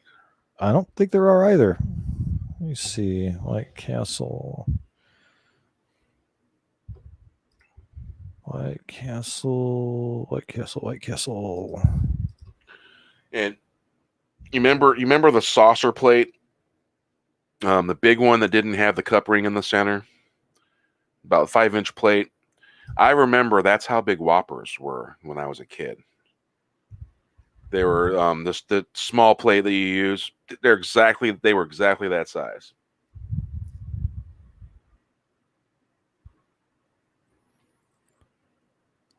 So Nevada is the closest place to me where there's a White Castle. Whereabouts? That's what I'm trying to find out. Northern. That's what I'm trying to find out here. It's not telling me. Hold on. Let me find out. Las Vegas has White Castles. I mean, come on. If Vegas can have White Castles, why can't the West Coast have it? Yep, Las Vegas has 2 of them. Yeah, I get the frozen ones, and there's a certain way you do it. What you do is you get, if you really want it halfway decent, it's a slow method too. What you do is you take one of those deep saucepans, that's about a 12-inch saucepan, and you put about 2 inches of water. You don't open the packages, you just put them in there, and with the big lid, and you put it on real low, and you let them slowly get warm and steam up, and then once they're fully done, you take them out and break them open, and then you can give them like 20 seconds in the microwave, and it's practically like they came from the restaurant. Because, man, ain't nothing worse than a hard microwave slider. Oh yeah, where the bread gets super crunchy. And if you're going to do the microwave method, don't open them. Leave them in the package, cook them on low, and slowly bring up that temperature. That's the best way. But yeah, basically, if you're having frozen sliders, it's just out of desperation for a novel thing, pretty much. Yeah, and they have, I think they have 20 packs now out here in the frozen section. They have big ones now. Because they got ones we can get 6, and they got one that's a huge one. And I like the ones without cheese myself. Oh, yeah, it'll get super crunchy and super hard from the microwave if it gets too hot and then it cools off too fast. And it's like, no. Yeah, they got to be cooked in a certain way for it to be almost as good as the real thing from the source instead of having it frozen. Now, how does it taste different from a regular burger, a slider? Man, it's really hard to describe the way it tastes. It really is. Because it's not the kind of thing that you put ketchup on or anything like that. I never put ketchup on because it tastes so good. It's the steamed caramelized onions that they put with the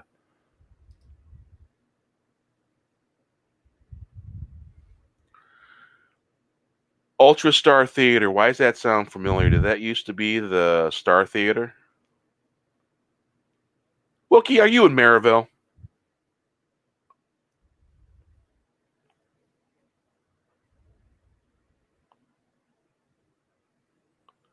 The onions, Wookie says.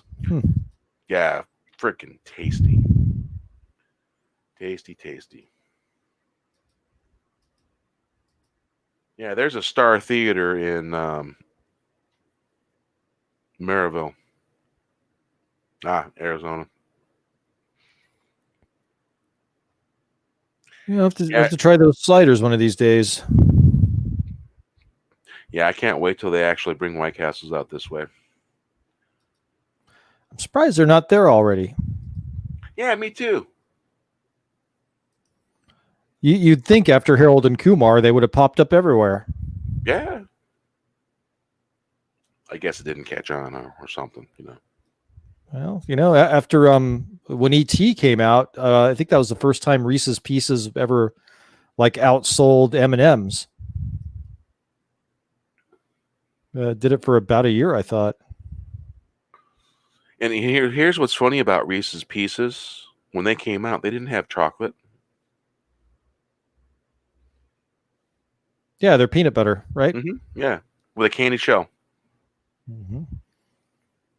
Yeah, I guess they originally wanted to use M&Ms, and I forget who owns M&M. Mars. Mars said no. Boy, was that a mistake? I guess they could have used Skittles too, but Right. Somewhere in an alternate universe, they did use Skittles. Mandela effect. Yeah. Somewhere in an alternate universe, somebody is saying, I could have thought for sure that they used Reese's Pieces in that movie. Now, when I was a kid, by the elementary school I went to in Hammond, Indiana, there was this restaurant that looked like a castle. I think they were called Castle Burger. And they had little burgers, sort of like White Castles, but they were slightly different. And when I was a kid, when I had spare change in my pocket, I remember I always used to go to that little restaurant. And hey, back then, kids could go do stuff. They had free roam. Now, because of dangerous people, you got to keep an eye on your kids. And back then, we were actually able to. Kids were actually able to do things.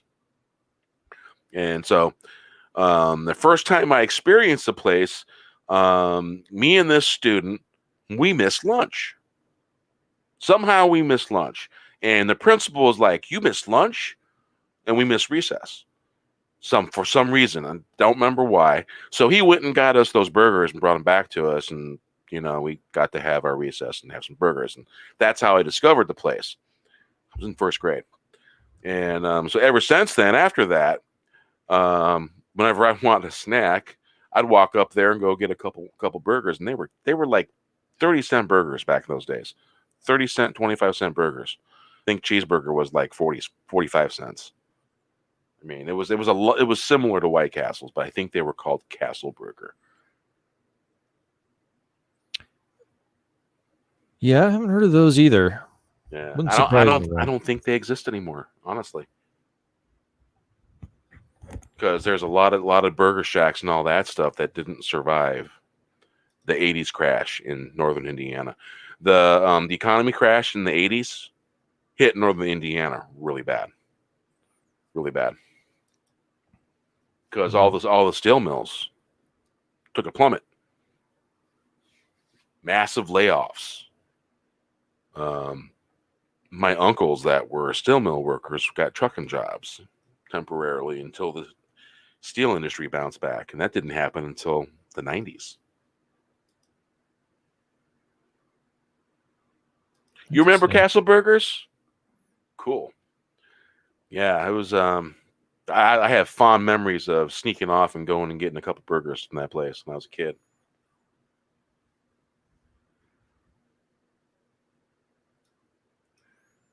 Where was Castle Burgers at when you were a kid? Mine was in Hammond, Indiana.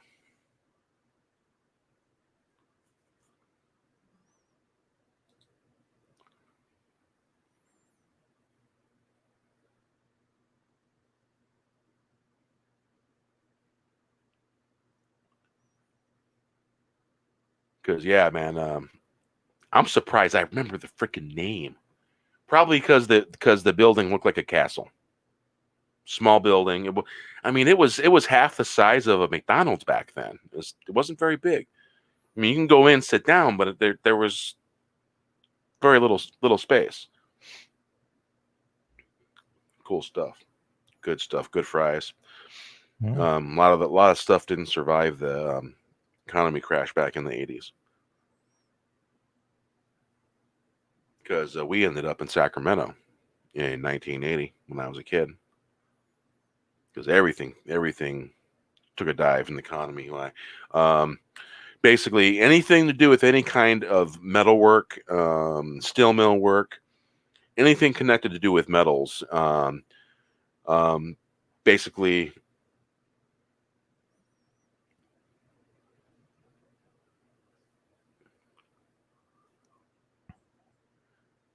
so you're saying yours is across the state line?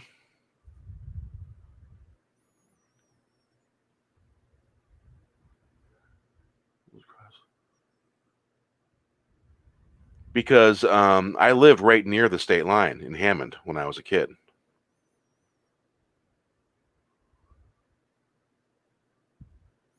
Not far from downtown Hammond. Wow. Because that's where it was. It was that, if I remember, that Castle Burger was about 2 blocks from the state line in Indiana. Because where I lived, I lived basically a half block from the state line.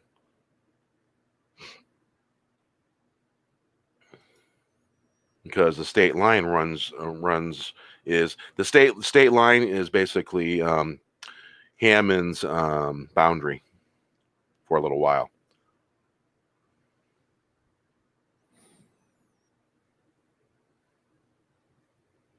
You know what? I didn't get a chance to check out Harvey's because I was up in Canada for a little bit, a few years back. I did have the Kentucky Fried Chicken. It was like eating homemade food.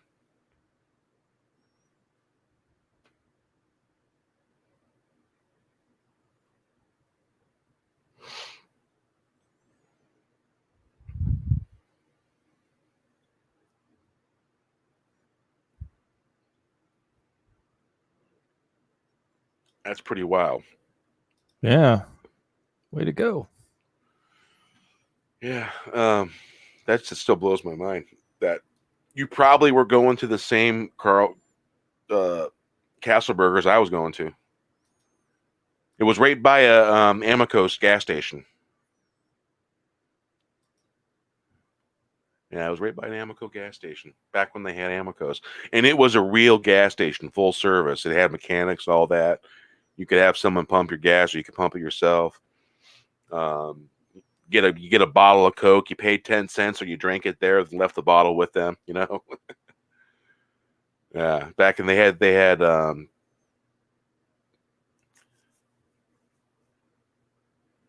basically you had to give them 10 cents for the bottle, or drink it and then just leave it with them because they sent it back. They refilled.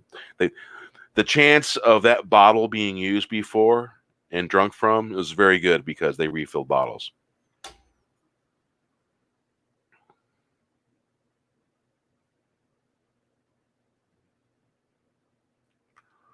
Yeah, my Aunt Carmen lived on the west side of Chicago.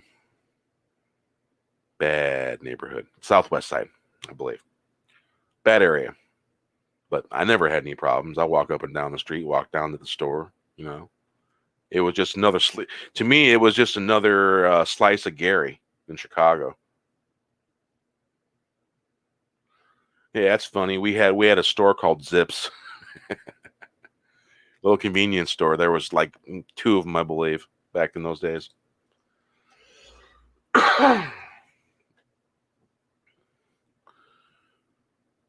So, what you been drinking tonight, Wes? Just water. Water? Yeah, same here. Yep. Yeah, it took me about a week or so to drink my probably a little more than a half pint of cognac.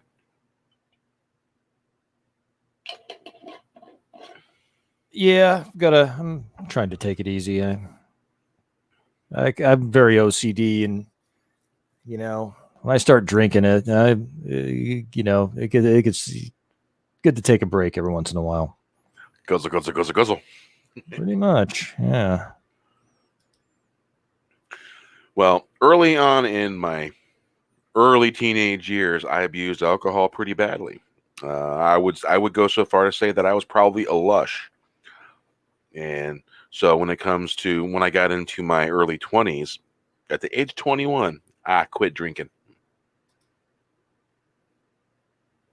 Yeah, probably a good idea. I've gone quite a long time. Well, you know, when I quit smoking, when I used to smoke cigarettes, I had a bet going with some of my friends on who could quit the longest because we're all trying to quit. And I ended up the only way that I could win the bet was to quit drinking, because when I drink, I really love to smoke. Oh, it's a natural thing, man. If the hand don't have a cigarette in it when you drink having a beer, you know, it's weird. Yeah. So yeah, I ended up winning the bet, and but I had to quit drinking to quit smoking, and I was able to once I was able to do that, I was able to not smoke, you know, cold turkey for a good 2 or 3 years. But then old Gatewood neighborhood.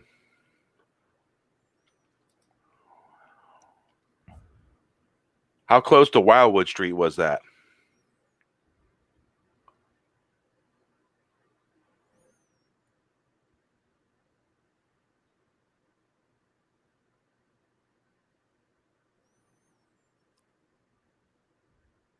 Gatorade from a glass bottle. Gatewood neighborhood. That sounds so freaking familiar.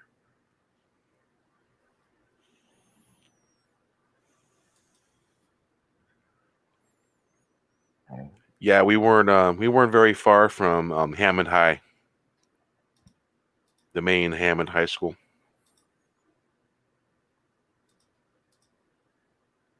Galewood. A lot of woods in that area, a lot of tall trees in those neighborhoods surrounding that area. Been there a while. There's a neighborhood that has a wooded park in the center.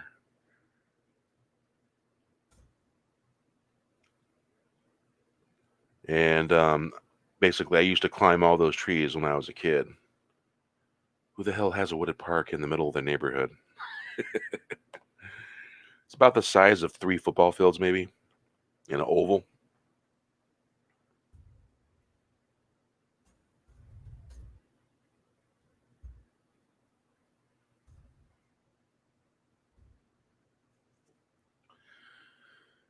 Oh, yeah. So, how about this? Let's see if the sound's still connected. Yep. Yeah. I heard the tale, hard to believe. I heard the tale, that story man's tale. I heard the tale, hard to believe. I heard the tale, story man's tale. I started looking for deeper meaning, cats and rats. Where's the glory? I heard the story straight from the story man who tells the tale. Sometimes you have to lose yourself before you're found. It's so profound. The tale that's always around you. You have to lose yourself. It's so profound. The sound I found, I did hear. It's clear to me. I had to test the sound. It's so profound. It's been clear to me.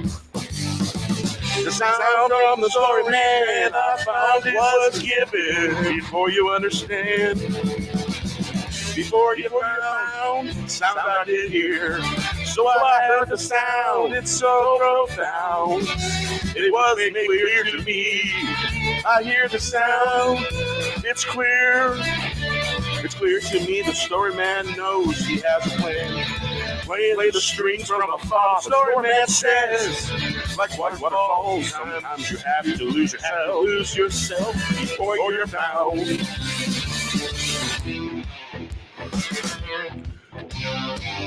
Where's the glory? I heard a story straight from the story man who tells the tale. I hear the tale, I heard, hard to believe, I hear the tale. Where's the glory? I heard the story straight from the story man. To tell the tale. Sometimes you have to do it yourself before you're found. It's so profound. Indeed. Yep. Groove Train. Hey. So yeah. Crazy land and a crazy world and the crazy clown world and unicorns in San Francisco and stuff like that. Speaking of unicorns in San Francisco. All right, I'm going to try and load my emojis ahead of time now.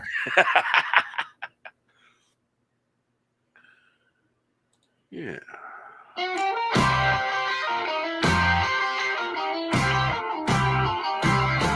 Movie and a unicorn and popcorn. I saw unicorns and friend. All I had was a grin. Making an Exodus movie show was getting good. I got my popcorn. Hot summer, got the beat, got some heat, can't beat it. Add this to your playlist. Do you understand the music show? Apocalyptic movie show. I got my popcorn 2 degrees. Nothing like watching this movie show. So many to choose from. Got my popcorn, yeah. Hope you got your popcorn too. Living in a post-apocalyptic movie show. A movie and a unicorn. Movie and a popcorn. Movie and a popcorn. I saw unicorns and San Fran. All I had was a grin. Making an Exodus movie show is getting good. Got my popcorn getting really deep. It got some meat, can't beat it. Add this to your list. Do you understand the music from the apocalyptic movie show? I got my popcorn too. 100 degrees, nothing like watching a movie show. So many to choose from. Got my popcorn, yeah. Hope you got your popcorn, yeah. Living in a popcorn movie show. Movie and a unicorn. Movie and a unicorn show. Yeah. Living in a popcorn world and movie show. Yeah, Indeed. definitely. Get the popcorn out and we can literally watch the movie show going on right now as we speak. Popcorn. It's an important thing. You gotta have popcorn. You're going to need a lot of popcorn for this one. Yeah. So yeah, I'm gonna have to go down to the local Dollar Tree and let the wife go in the Dollar Tree because I hear they're making people wear masks. And so I go into Fred Meyer, they don't make me wear a mask. I go into the Lacey Walmart and they don't make me wear a mask. And every time I go in the Res gas station, they ask me if I got a mask and I say, I got allergies, I don't wear a mask. I just don't think that they would, and I really do have allergies, and I won't wear a mask because of that reason. But I have the thing that I always want to ask them. It's like, well, what if you got to pray? Do you leave your mask on when you pray? Does your prayers get to where it's going because it's blocked by the mask? And I avoid asking those kind of questions. Because, that's sort of like poking the bear a little. And, And so I just, because of allergies, I won't wear a mask. And wearing a mask doesn't do anything. It doesn't. Read the frickin' fine print on the box the masks come in. Unless you have an N95 mask, it's completely pointless. And even those are not 100%. Read the fine print. It's like really good information in a library. You go there, you get the book from the library. Read the book. Okay, I now know the info. Same thing with directions on the box. It's got the directions. Sometimes it's got the ingredients. Sometimes it will tell you other things about the product that you're buying. It's buyer beware. Know what you're buying. And by the way, Latin for that is caveat opter. Buyer beware. Yes, muzzles, exactly.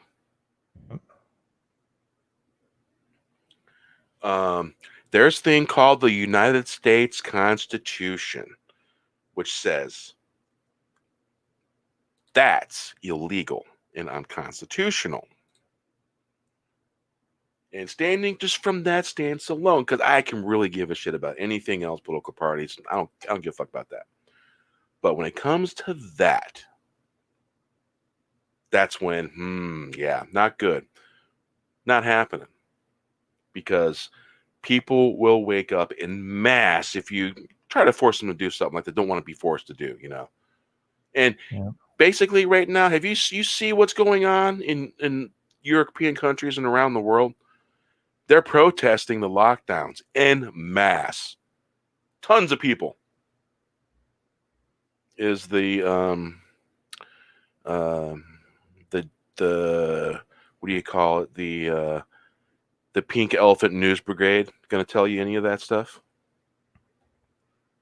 Yeah, the mainstream media, I'm calling them the Pink Elephant News Brigade. Mockingbirds, I think, is another way to say it. Yes. Yeah, the funny thing about mockingbirds is they mimic what you're saying, or they'll mimic what someone else is saying, and it's an actual bird. I think I do believe mockingbird's a real thing, right? Yeah. Usually they make the sound of like car alarms and crap like that, though, or cats. Aren't they really annoying? They're extremely annoying. Yeah, I would recommend tuning them out. Yeah.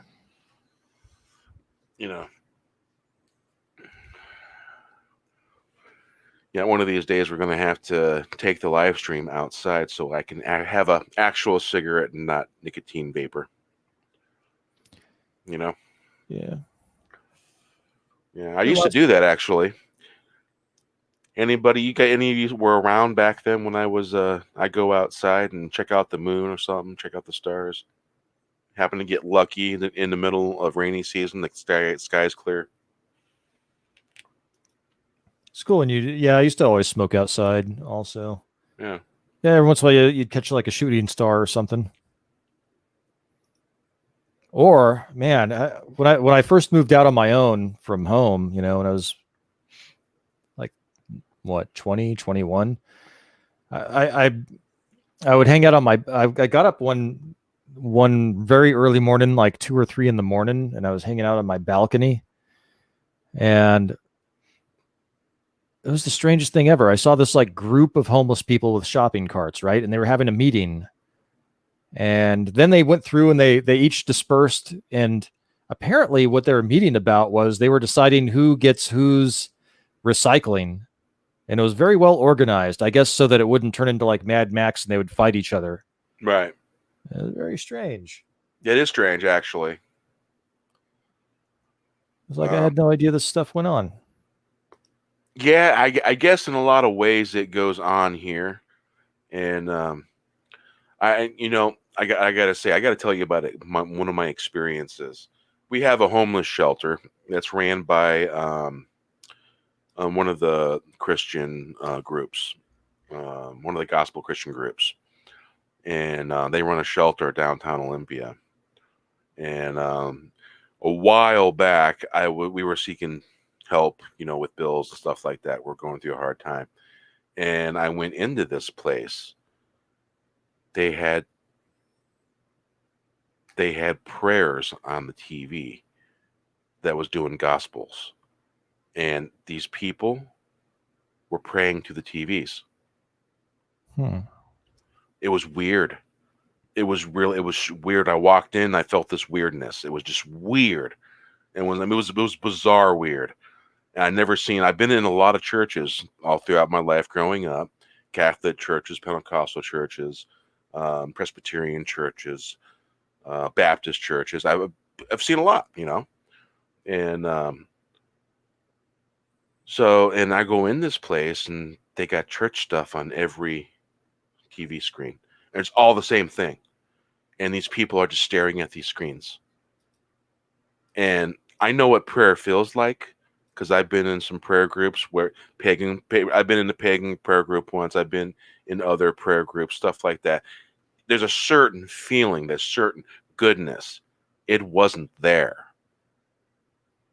It didn't feel good.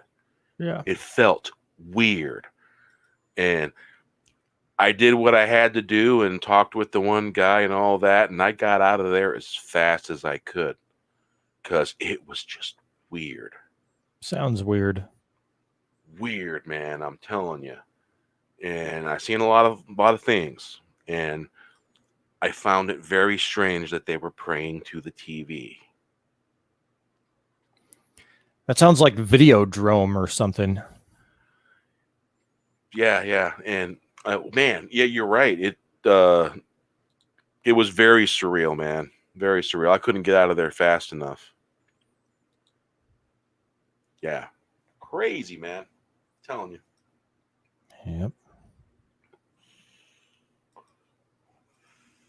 Well, television, supposedly it lowers your stream brain, puts you in like a trance-like state to make you suggestible. Oh yeah.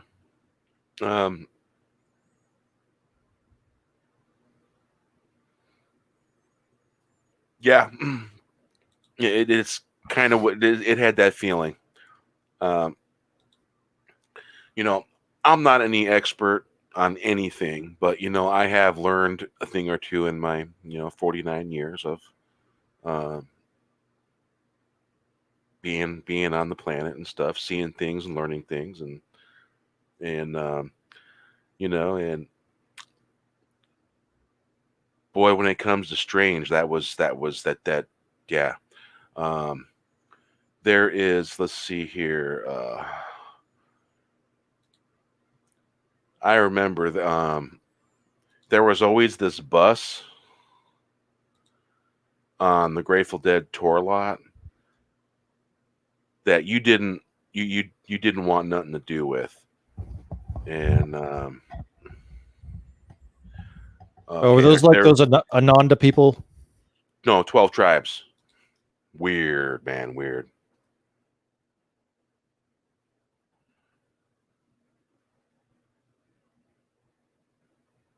Yeah, my aunt's husband, he got involved with these people, Ananda. Apparently they're a cult. What are they called? Ananda. They just like they make patchouli oil up in the hills of Northern California somewhere. They do like wife swapping and that kind of stuff, apparently. Oh, here we go. All right. But they also make patchouli oil.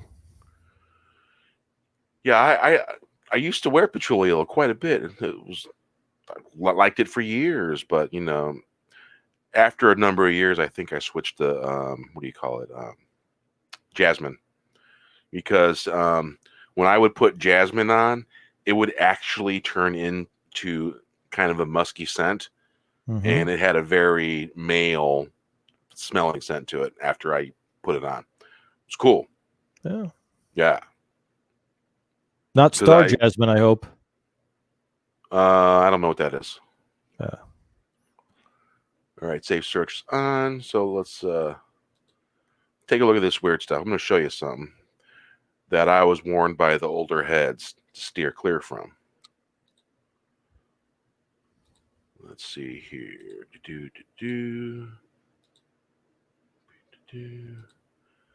Yeah, if you see this bus and their food's wholesome, the stuff they got's wholesome, good stuff, good food, but if they invite you onto the bus, take a quick peek, but I wouldn't necessarily get on the damn thing because these people, this is a cult. They're called 12 Tribes. They got another name too, but they hang out in Grateful Dead parking lots, taking advantage of spun hippies that don't know any better, who are probably a little lost and looking for something. This here, no, not the right bus. See the tie-dye bus? That's the better bus to get on. Or you see here, this looks a lot like the further bus. That's what you want. This bus here, you don't want that. Bad idea. And you see, they got lots of them. These people have got rich off of these people that they take advantage of because it's a cult. Yeah, it's weird. They own practically a whole town. Crazy. That's it. Sounds like the what was it? The Maharishi. Right. And they're not really. Sometimes in the areas they provide medical help to people, but they are a cult. There's no doubt about that. And yeah, you wanna definitely steer clear of those folks. Ooh, I watched this Netflix documentary on this cult. Let me see if I can find a trailer for it. Is it about 12 tribes or the other one you just mentioned? The Maharishi one. Oh, and there was also the what is it? There's a book called Monkey on a Stick. True story. Hare Krishnas. Oh yeah, they were one of them too. Yeah, Here Hare it is. Krishna. That was pretty good cult. And there's a book called Monkey on a Stick. I read it. Crazy, crazy stuff. Yeah. You found it? What you got? Yep, here it is. Hold on. I don't remember it being called Wild Wild Country, but I think this is what it is. Oh, okay. There we go. Oop, let me go back to my window. Everybody felt they were there at the beginning of the great experiment. Like we were the chosen people. Whoa. Here Yeah. at one of the largest ranches in the Northwest. Today, it's Rajneesh Puram because a prominent Indian guru and his followers bought it. Our vision was to create a community. This is a lot like the Hare Krishnas. Action and sharing. Bhagwan's agenda was simply to raise the All right. consciousness of humanity. That Do you want me was to stop the it? goal. Yeah. Okay. We don't want to show too much of their trailer. A few seconds doesn't hurt. Yeah, man. Wow. Pop the link of that in the chat so people can get a look at that. Wow. That's on Netflix. No shit. I don't know. I don't have Netflix anymore. Wow. Yeah, it does. It does. Well, I don't know if you've noticed, but I got a different image on my shirt than the image that's behind me. That's because I have my green screen on and I have my chroma cam on, which is I got different images in the chroma cam. There's that one, there's this one, there's that one, there's that one. A really old thumbnail from Wayback Machine. Some other ones. Yeah, oh yeah, man. I've got some really old thumbnails in this one. Yeah, like this one. This is really old. You can tell early on. That's old. There's that one. This one, that one. Then there's that. Old ones. Then there's this. That's tie-dye. That was actually someone used a filter on woods. Uh-huh. With the sun shining through the woods, and they use some filters, and that's what that is. Yeah, I believe that's Bob Weir playing somewhere. So yeah, I got an update from my chroma cam, and it actually started working. But Cool. I can also have my green screen on, because you'll see my beard's got a little bit of bluish. That's from the green screen. Oh. Yeah. Oh yeah, I saw through it a couple of seconds ago. Yeah. It moves with me. Yeah.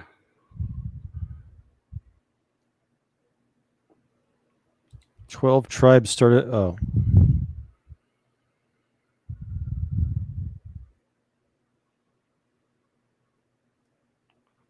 Interesting. Yeah, I don't like walking near or on any graveyards if I can help it. It's just a weird feeling.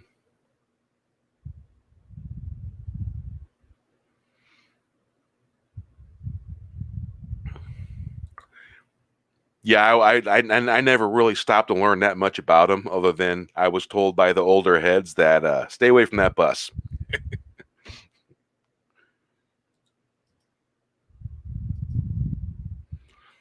Yeah, That's a good color, that blue.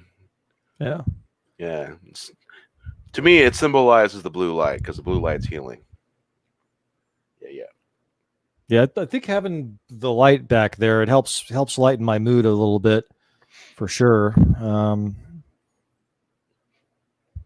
It definitely helps. It's super. It makes me feel, warm, if that makes any sense. Because in the song, the bus came by and I got on. Well, that's not the bus. Don't get on that bus. Because when the bus came by and I got on, it's a song called Cryptical Envelopment by the Grateful Dead. Well, that you get on that bus is fine. But that other bus, no, they're not gonna. Nope. They're gonna give you a cult-like religion. Yeah. Nope. Next bus, please. Yeah. Oh yeah. So let's see here. I wonder if we torture people using Star Trek Discovery, or try to brainwash them.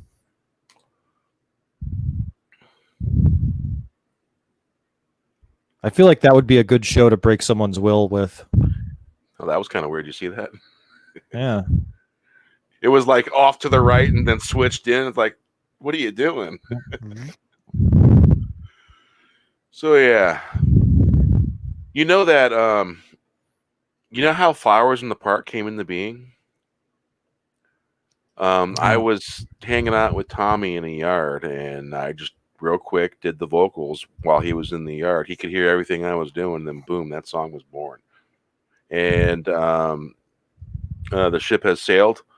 I do believe that Shellback was in the yard with me, and he heard me do the vocals for that song. Those are two of those songs that just and those were one track done from beginning to end. This song here, of course, after I do the one track, I double it up to give it a quadraphonic sound, to give it that nice kind of ring to it. And that's how this song came into being. So we'll play this song real quick, and then after that we'll probably talk about a little bit more stuff, and then we'll probably wrap it up, Wes, because I don't know where you're at. Just let me know when you're fading. All right, I'm kind of getting there. All right, we'll play this here song, and then we'll find one more topic to end the show with. Here we go. All right. You hear that? Yep.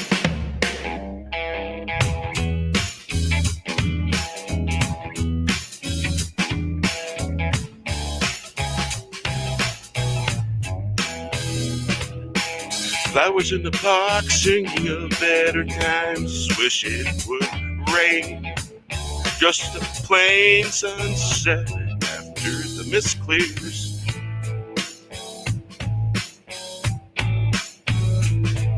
Do you ever wish for blue skies after the mist clears? The rain has stopped. Looking for rainbows on the horizon, sunset so clear. Cherry on top of that, flowers in the park. Maybe it will flow in the right direction. Flowers in the park, singing of better days. Wish it would rain, just a plain sunset after the mist clears. Flowers in the park, singing of better times. Wish it would rain, just a plain sunset after the mist clears. Do you ever wish for blue skies after the mist clears? The rain has stopped. Looking forward for rainbows on the horizon. sun setting so clear, cherry on top of that, flowers in the park. Yeah, flowers in the park. Yep. All right. So this one's Legendary Meeting of the Moon. This is basically a story about me meeting my mentor for the first time. Yeah. So you got anything up your sleeve topic-wise that you ran across? Well, nothing that probably wouldn't piss either of us off.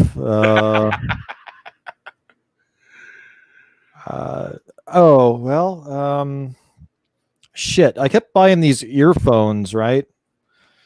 Because whenever I work out or go for a walk or whatever, I like to, anytime I work out and I have like, the earbuds that have the wire, Right. I always like hook them on a doorknob or something. They go, I'm like, oh, yeah. Mhm. So I've gone through like 3 sets of them and they've all been defective. I was like, wow, that $47 is a great price for these. Usually they're double that. Well, there's a reason. It just like upsets me when they try and offload this defective stuff. I mean, tell me it's defective, Yeah. because the left, yeah, in all 3 pairs, the left set, the left set, the battery would last like 8 hours, right? But the right set, it would say it had a full charge. It would say battery high. And then all of a sudden, like 15 minutes later, battery medium. And then another 15 minutes, battery low, recharge battery, disconnecting. And I'm like, what the? I was like, but the other side has 8 hours. How can this only last an hour or so? And so I'm ordering some new ones, and they arrived today, right? But I have them delivered to my post office box. And Amazon delivered it at 5:30, and I was walking up right when I saw the Amazon guy, and then he left. I went into the post office, and the post office decided to knock off early. So I was like, fuck. Damn. Yeah, so I have to get them tomorrow, but they're supposed to be... We'll see. I'm getting a different brand this time. I'm getting the Galaxy Buds. That sucks. Yeah. Would you believe the headset? I got this headset when it was on sale on clearance for like $49, $50, something like that. And well, I broke them and had to replace them, and they were $100 at that point. Ooh. Yeah, it seems to be happening a lot lately. Yeah, it's Plantronics 400 headset. It's got the detachable boom mic you can put on it. Oh, that's cool. And so I found a way to get my headset replaced, but let me tell you, man, $100 is pretty steep for a good headset. But there's ones that cost like $200, man, and more. Yeah, that's what I was looking at. I mean, I ended up spending like that for my new earbuds. I thought that was kind of a lot, but I mean, I can't have stuff that's defective and breaks on me. So I was like, well, if and this is the if these work better than the other ones and they both consistently have the same charge, I'm fine. But if I swear to God, if I get one and one ear dies after like an hour and then I have 8 hours in the other ear, I'm going to be very pissed. Well, did you see that link I just put in the private chat? Yep, I just clicked on it. Hold on. Oh, here we go. Interesting. AT&T predicted to sell off Warner Media, DC Comics. They're selling off a lot of stuff, aren't they? Aren't they trying to sell CNN too? And there's on the right of this here, it's Cosmic Book News. There's an article on the right that's that the headline is DC Comics will close down in June, says rumor. Not good. Didn't we say there'd be consequences to all this shit going on? Get It's woke. rearing its ugly fucking head. Get woke. Go. So the pink elephant was steroids for the get woke, go broke. Yep. And the combination of everything because of the pink elephant and all that stuff. Oh, yeah. So basically, it is predicted that AT&T may sell off Warner Media at some point, which could include DC Comics that is owned by the company. AT&T's parent owner of Warner Media, with Warner Media including properties such as Warner Brothers Pictures, HBO, DC Entertainment, and DC Comics. Following the big news that all of Warner Brothers Pictures movies will be released on HBO Max, CNBC published a report inside AT&T's Warner Media as it dismantles the old-time Warner to battle Netflix. So this is why they're doing it, and so they can battle Netflix. Why don't they stop writing woke crap and make something that people want to watch? Dollars, dollar signs, dinero, pesos, money, gold, coin, silver. Bitcoin. People will want to spend money on something that's good. They're not going to want to spend money on crap. That's for sure. Nope. And AT&T also wants Wonder Woman 1984 on HBO Max, and I do believe this is probably going to happen more than likely. I think it's already a done deal, isn't it? I believe so. Yeah. Let's see. When's this article? This was yesterday. And let's see, the AT&T article was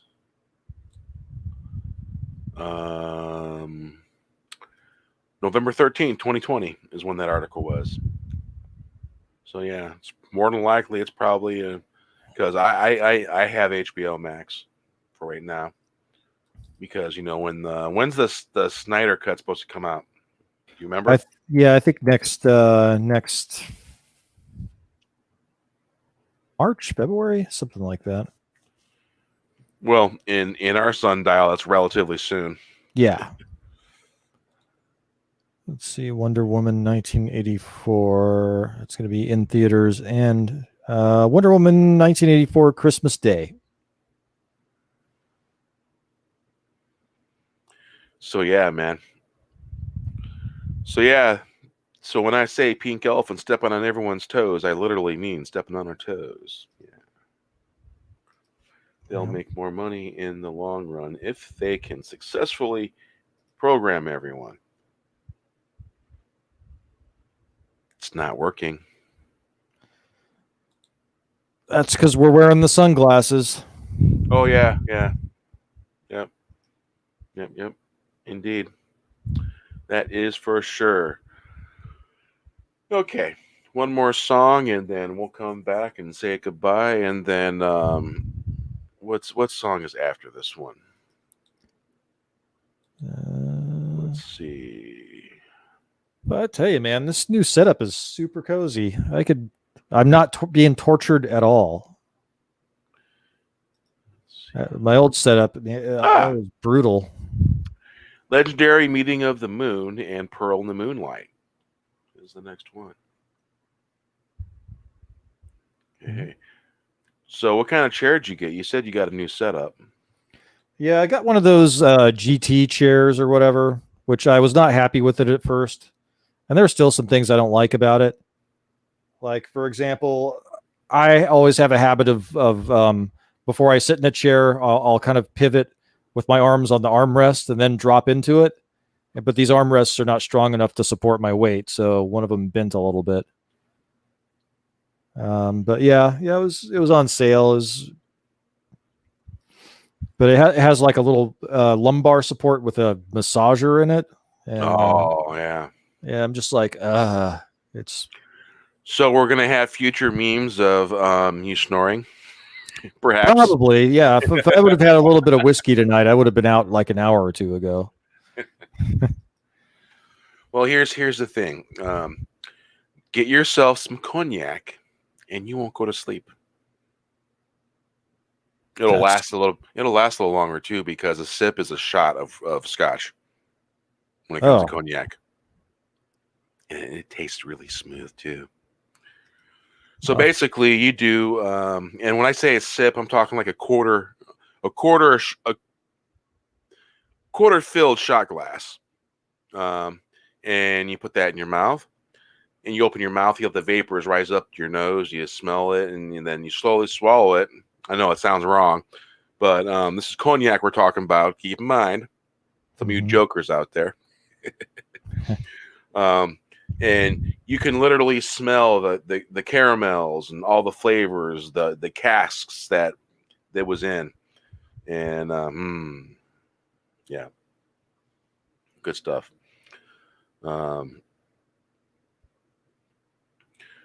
So basically, 6 shots of scotch. You could do 3 shots of cognac and get the same equivalent. Although you don't want to do a whole shot of cognac at once.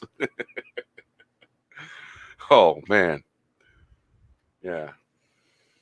Sweet. I'll have to take it for a test drive, especially around Christmas time. I have a feeling that Christmas is going to be canceled too, because Gavin Newsom is a good man that cares about us. Well, wasn't there a state judge that came down on Gavin and told me he couldn't do something he wanted to do? Wasn't that recent? Yeah. I believe that's why they're doing it regionally instead of statewide now. Well, he had a phone call with all his mayors. Says, "Hey, you got to do this, and have all the mayors do it." Yeah. Yeah. Well, yeah. I mean, the sheriffs to their credit, they're saying we're not going to enforce it. So I think that's a good thing. Well, then, basically, when governors keep doing things unconstitutional, what the frick do you do? If you can't recall the son of a bitch, what do? He's violating the Constitution. I mean, aren't there some felonies? Shouldn't this guy go to prison, for violating all these things? It's fucking dumb shit, I think he should be recalled. I mean, there is a recall effort right now. I hear there's the Michigan governor is being recalled. I hear. I think there was a petition, and the petition got what they were supposed to get, or something like that. And so the governor of Michigan could be being impeached. Actually, she should be. Yeah. A lot of these people should be. I mean, I think they should be worse. Honestly, I think the consequences should be even more severe. I think it should be I think they should be treated the way Rod Blagojevich was treated in Illinois, which I think as far as corrupt governors are concerned, he probably I think he was set up in a lot of ways, honestly, but that's what should happen to the bad people. Oh, he was the patsy, man. The real bad guys got away. We're talking about Chicago, Illinois, all that shit. The real guys got away. Oh yeah.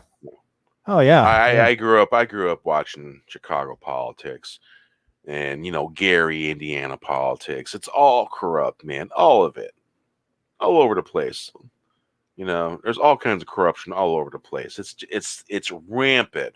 I grew up watching it, and for people to say, "Oh, there's no corruption," that's bullshit. They're full of shit. I grew up watching all this stuff when I was a kid and teenager, stuff like that. It's all over the place. Yeah.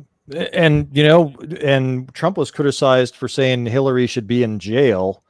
Well, she should have. And also, he's talking about jailing his opponents. Well, that shit happens routinely. They always try. I mean, somebody they don't like in the bureaucracy, or even somebody in the bureaucracy that doesn't like a rival, they always try to send those people to jail. Happens all the time. Of course. Just so happens our former first lady and candidate in 2016 really deserves to go away for a lot of reasons. Well, that's up to what is it, the Justice Department? It's up to them. Yeah. Whether they got the wherewithal or whatever, Hey, man. We'll let them have that ball. Got to be careful. Because it's no ball. No, well, Deep Throat leaked all that stuff about Nixon. Wasn't because he was a patriot. It's because the guy got fucking torqued because he got passed over to be the new FBI director when Hoover passed away. Ooh. I mean, that's it. I mean, those people are not to be trifled with. They will really, nail you to the cross. Yeah, man. It's a nasty little game. It is. It sure truly is. So let's see here. Let's see. Yeah, let's read it. Yeah. So with that, 2 more songs. What do you think? Okay. Less than 5 minutes. Sure. So Legendary Meeting of the Moon, then Pearl in the Moonlight. Yeah. And let's see if it didn't go wonky and they disconnected the sound because it happens. You're Hear good. that? Yep. All right. Okay, here we go.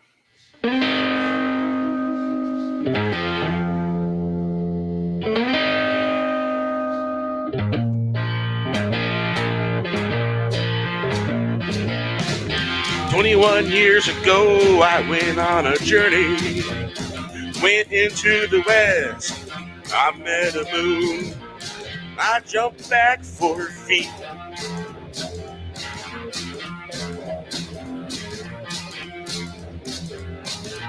Like a time from long ago, popped into the room.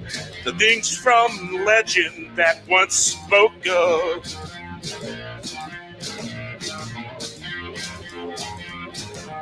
I was wandering this land, I got lost in the desert. And then I found my way, made my escape to the east.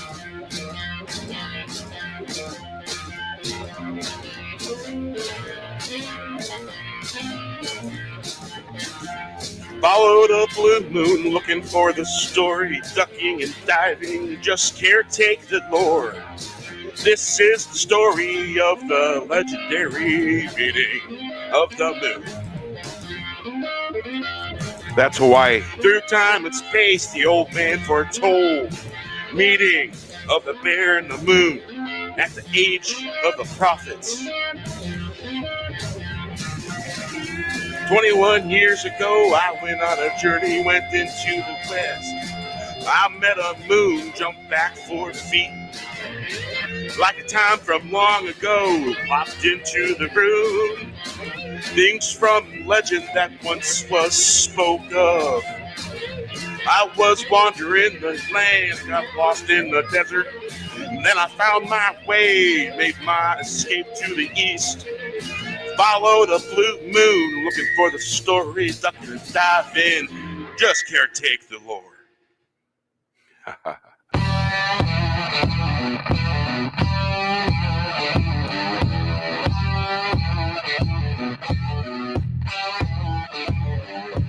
Baby, it's a crazy world like V for Vendetta, cats and dogs. Time to wake up, no more fake opaque remake B movies.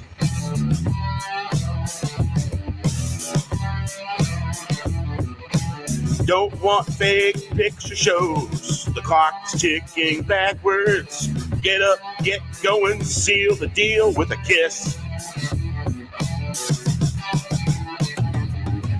Wish it was a popcorn world, a pearl in the moonlight. Turn, turn, turning a twirl, sing it away. Can you see the trees for the forest? Wish it was popcorn world. Go looking for a time. Others looking for the man in the moon. Get the man on the moon. Let the man likes popcorn.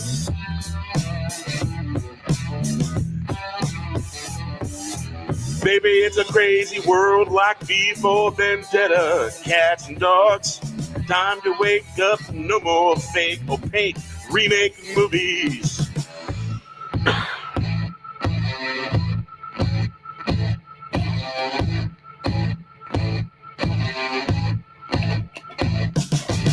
Don't want fake picture shows. The clock is ticking backwards. Give it up, get going, seal the deal with a kiss. Wish it was a popcorn whirl, whirl in the moonlight. Turn in a twirl, sing it away. Can you see the trees for the forest? Wish it was a popcorn world. Go looking for a time. Others looking for the man in the moon. Get the man on the moon. Let the man on the moon likes popcorn too. Baby, it's a crazy world like V for Vendetta, cats and dogs. Time to wake up, no more fake, opaque remake movies. Don't want a fake picture show. The clock's ticking backwards. Get up, get going. Seal the deal with a kiss. Wish it was a popcorn world, a pearl in the moonlight. Turn in a twirl. Can you see the forest for the trees? Can you? Good night.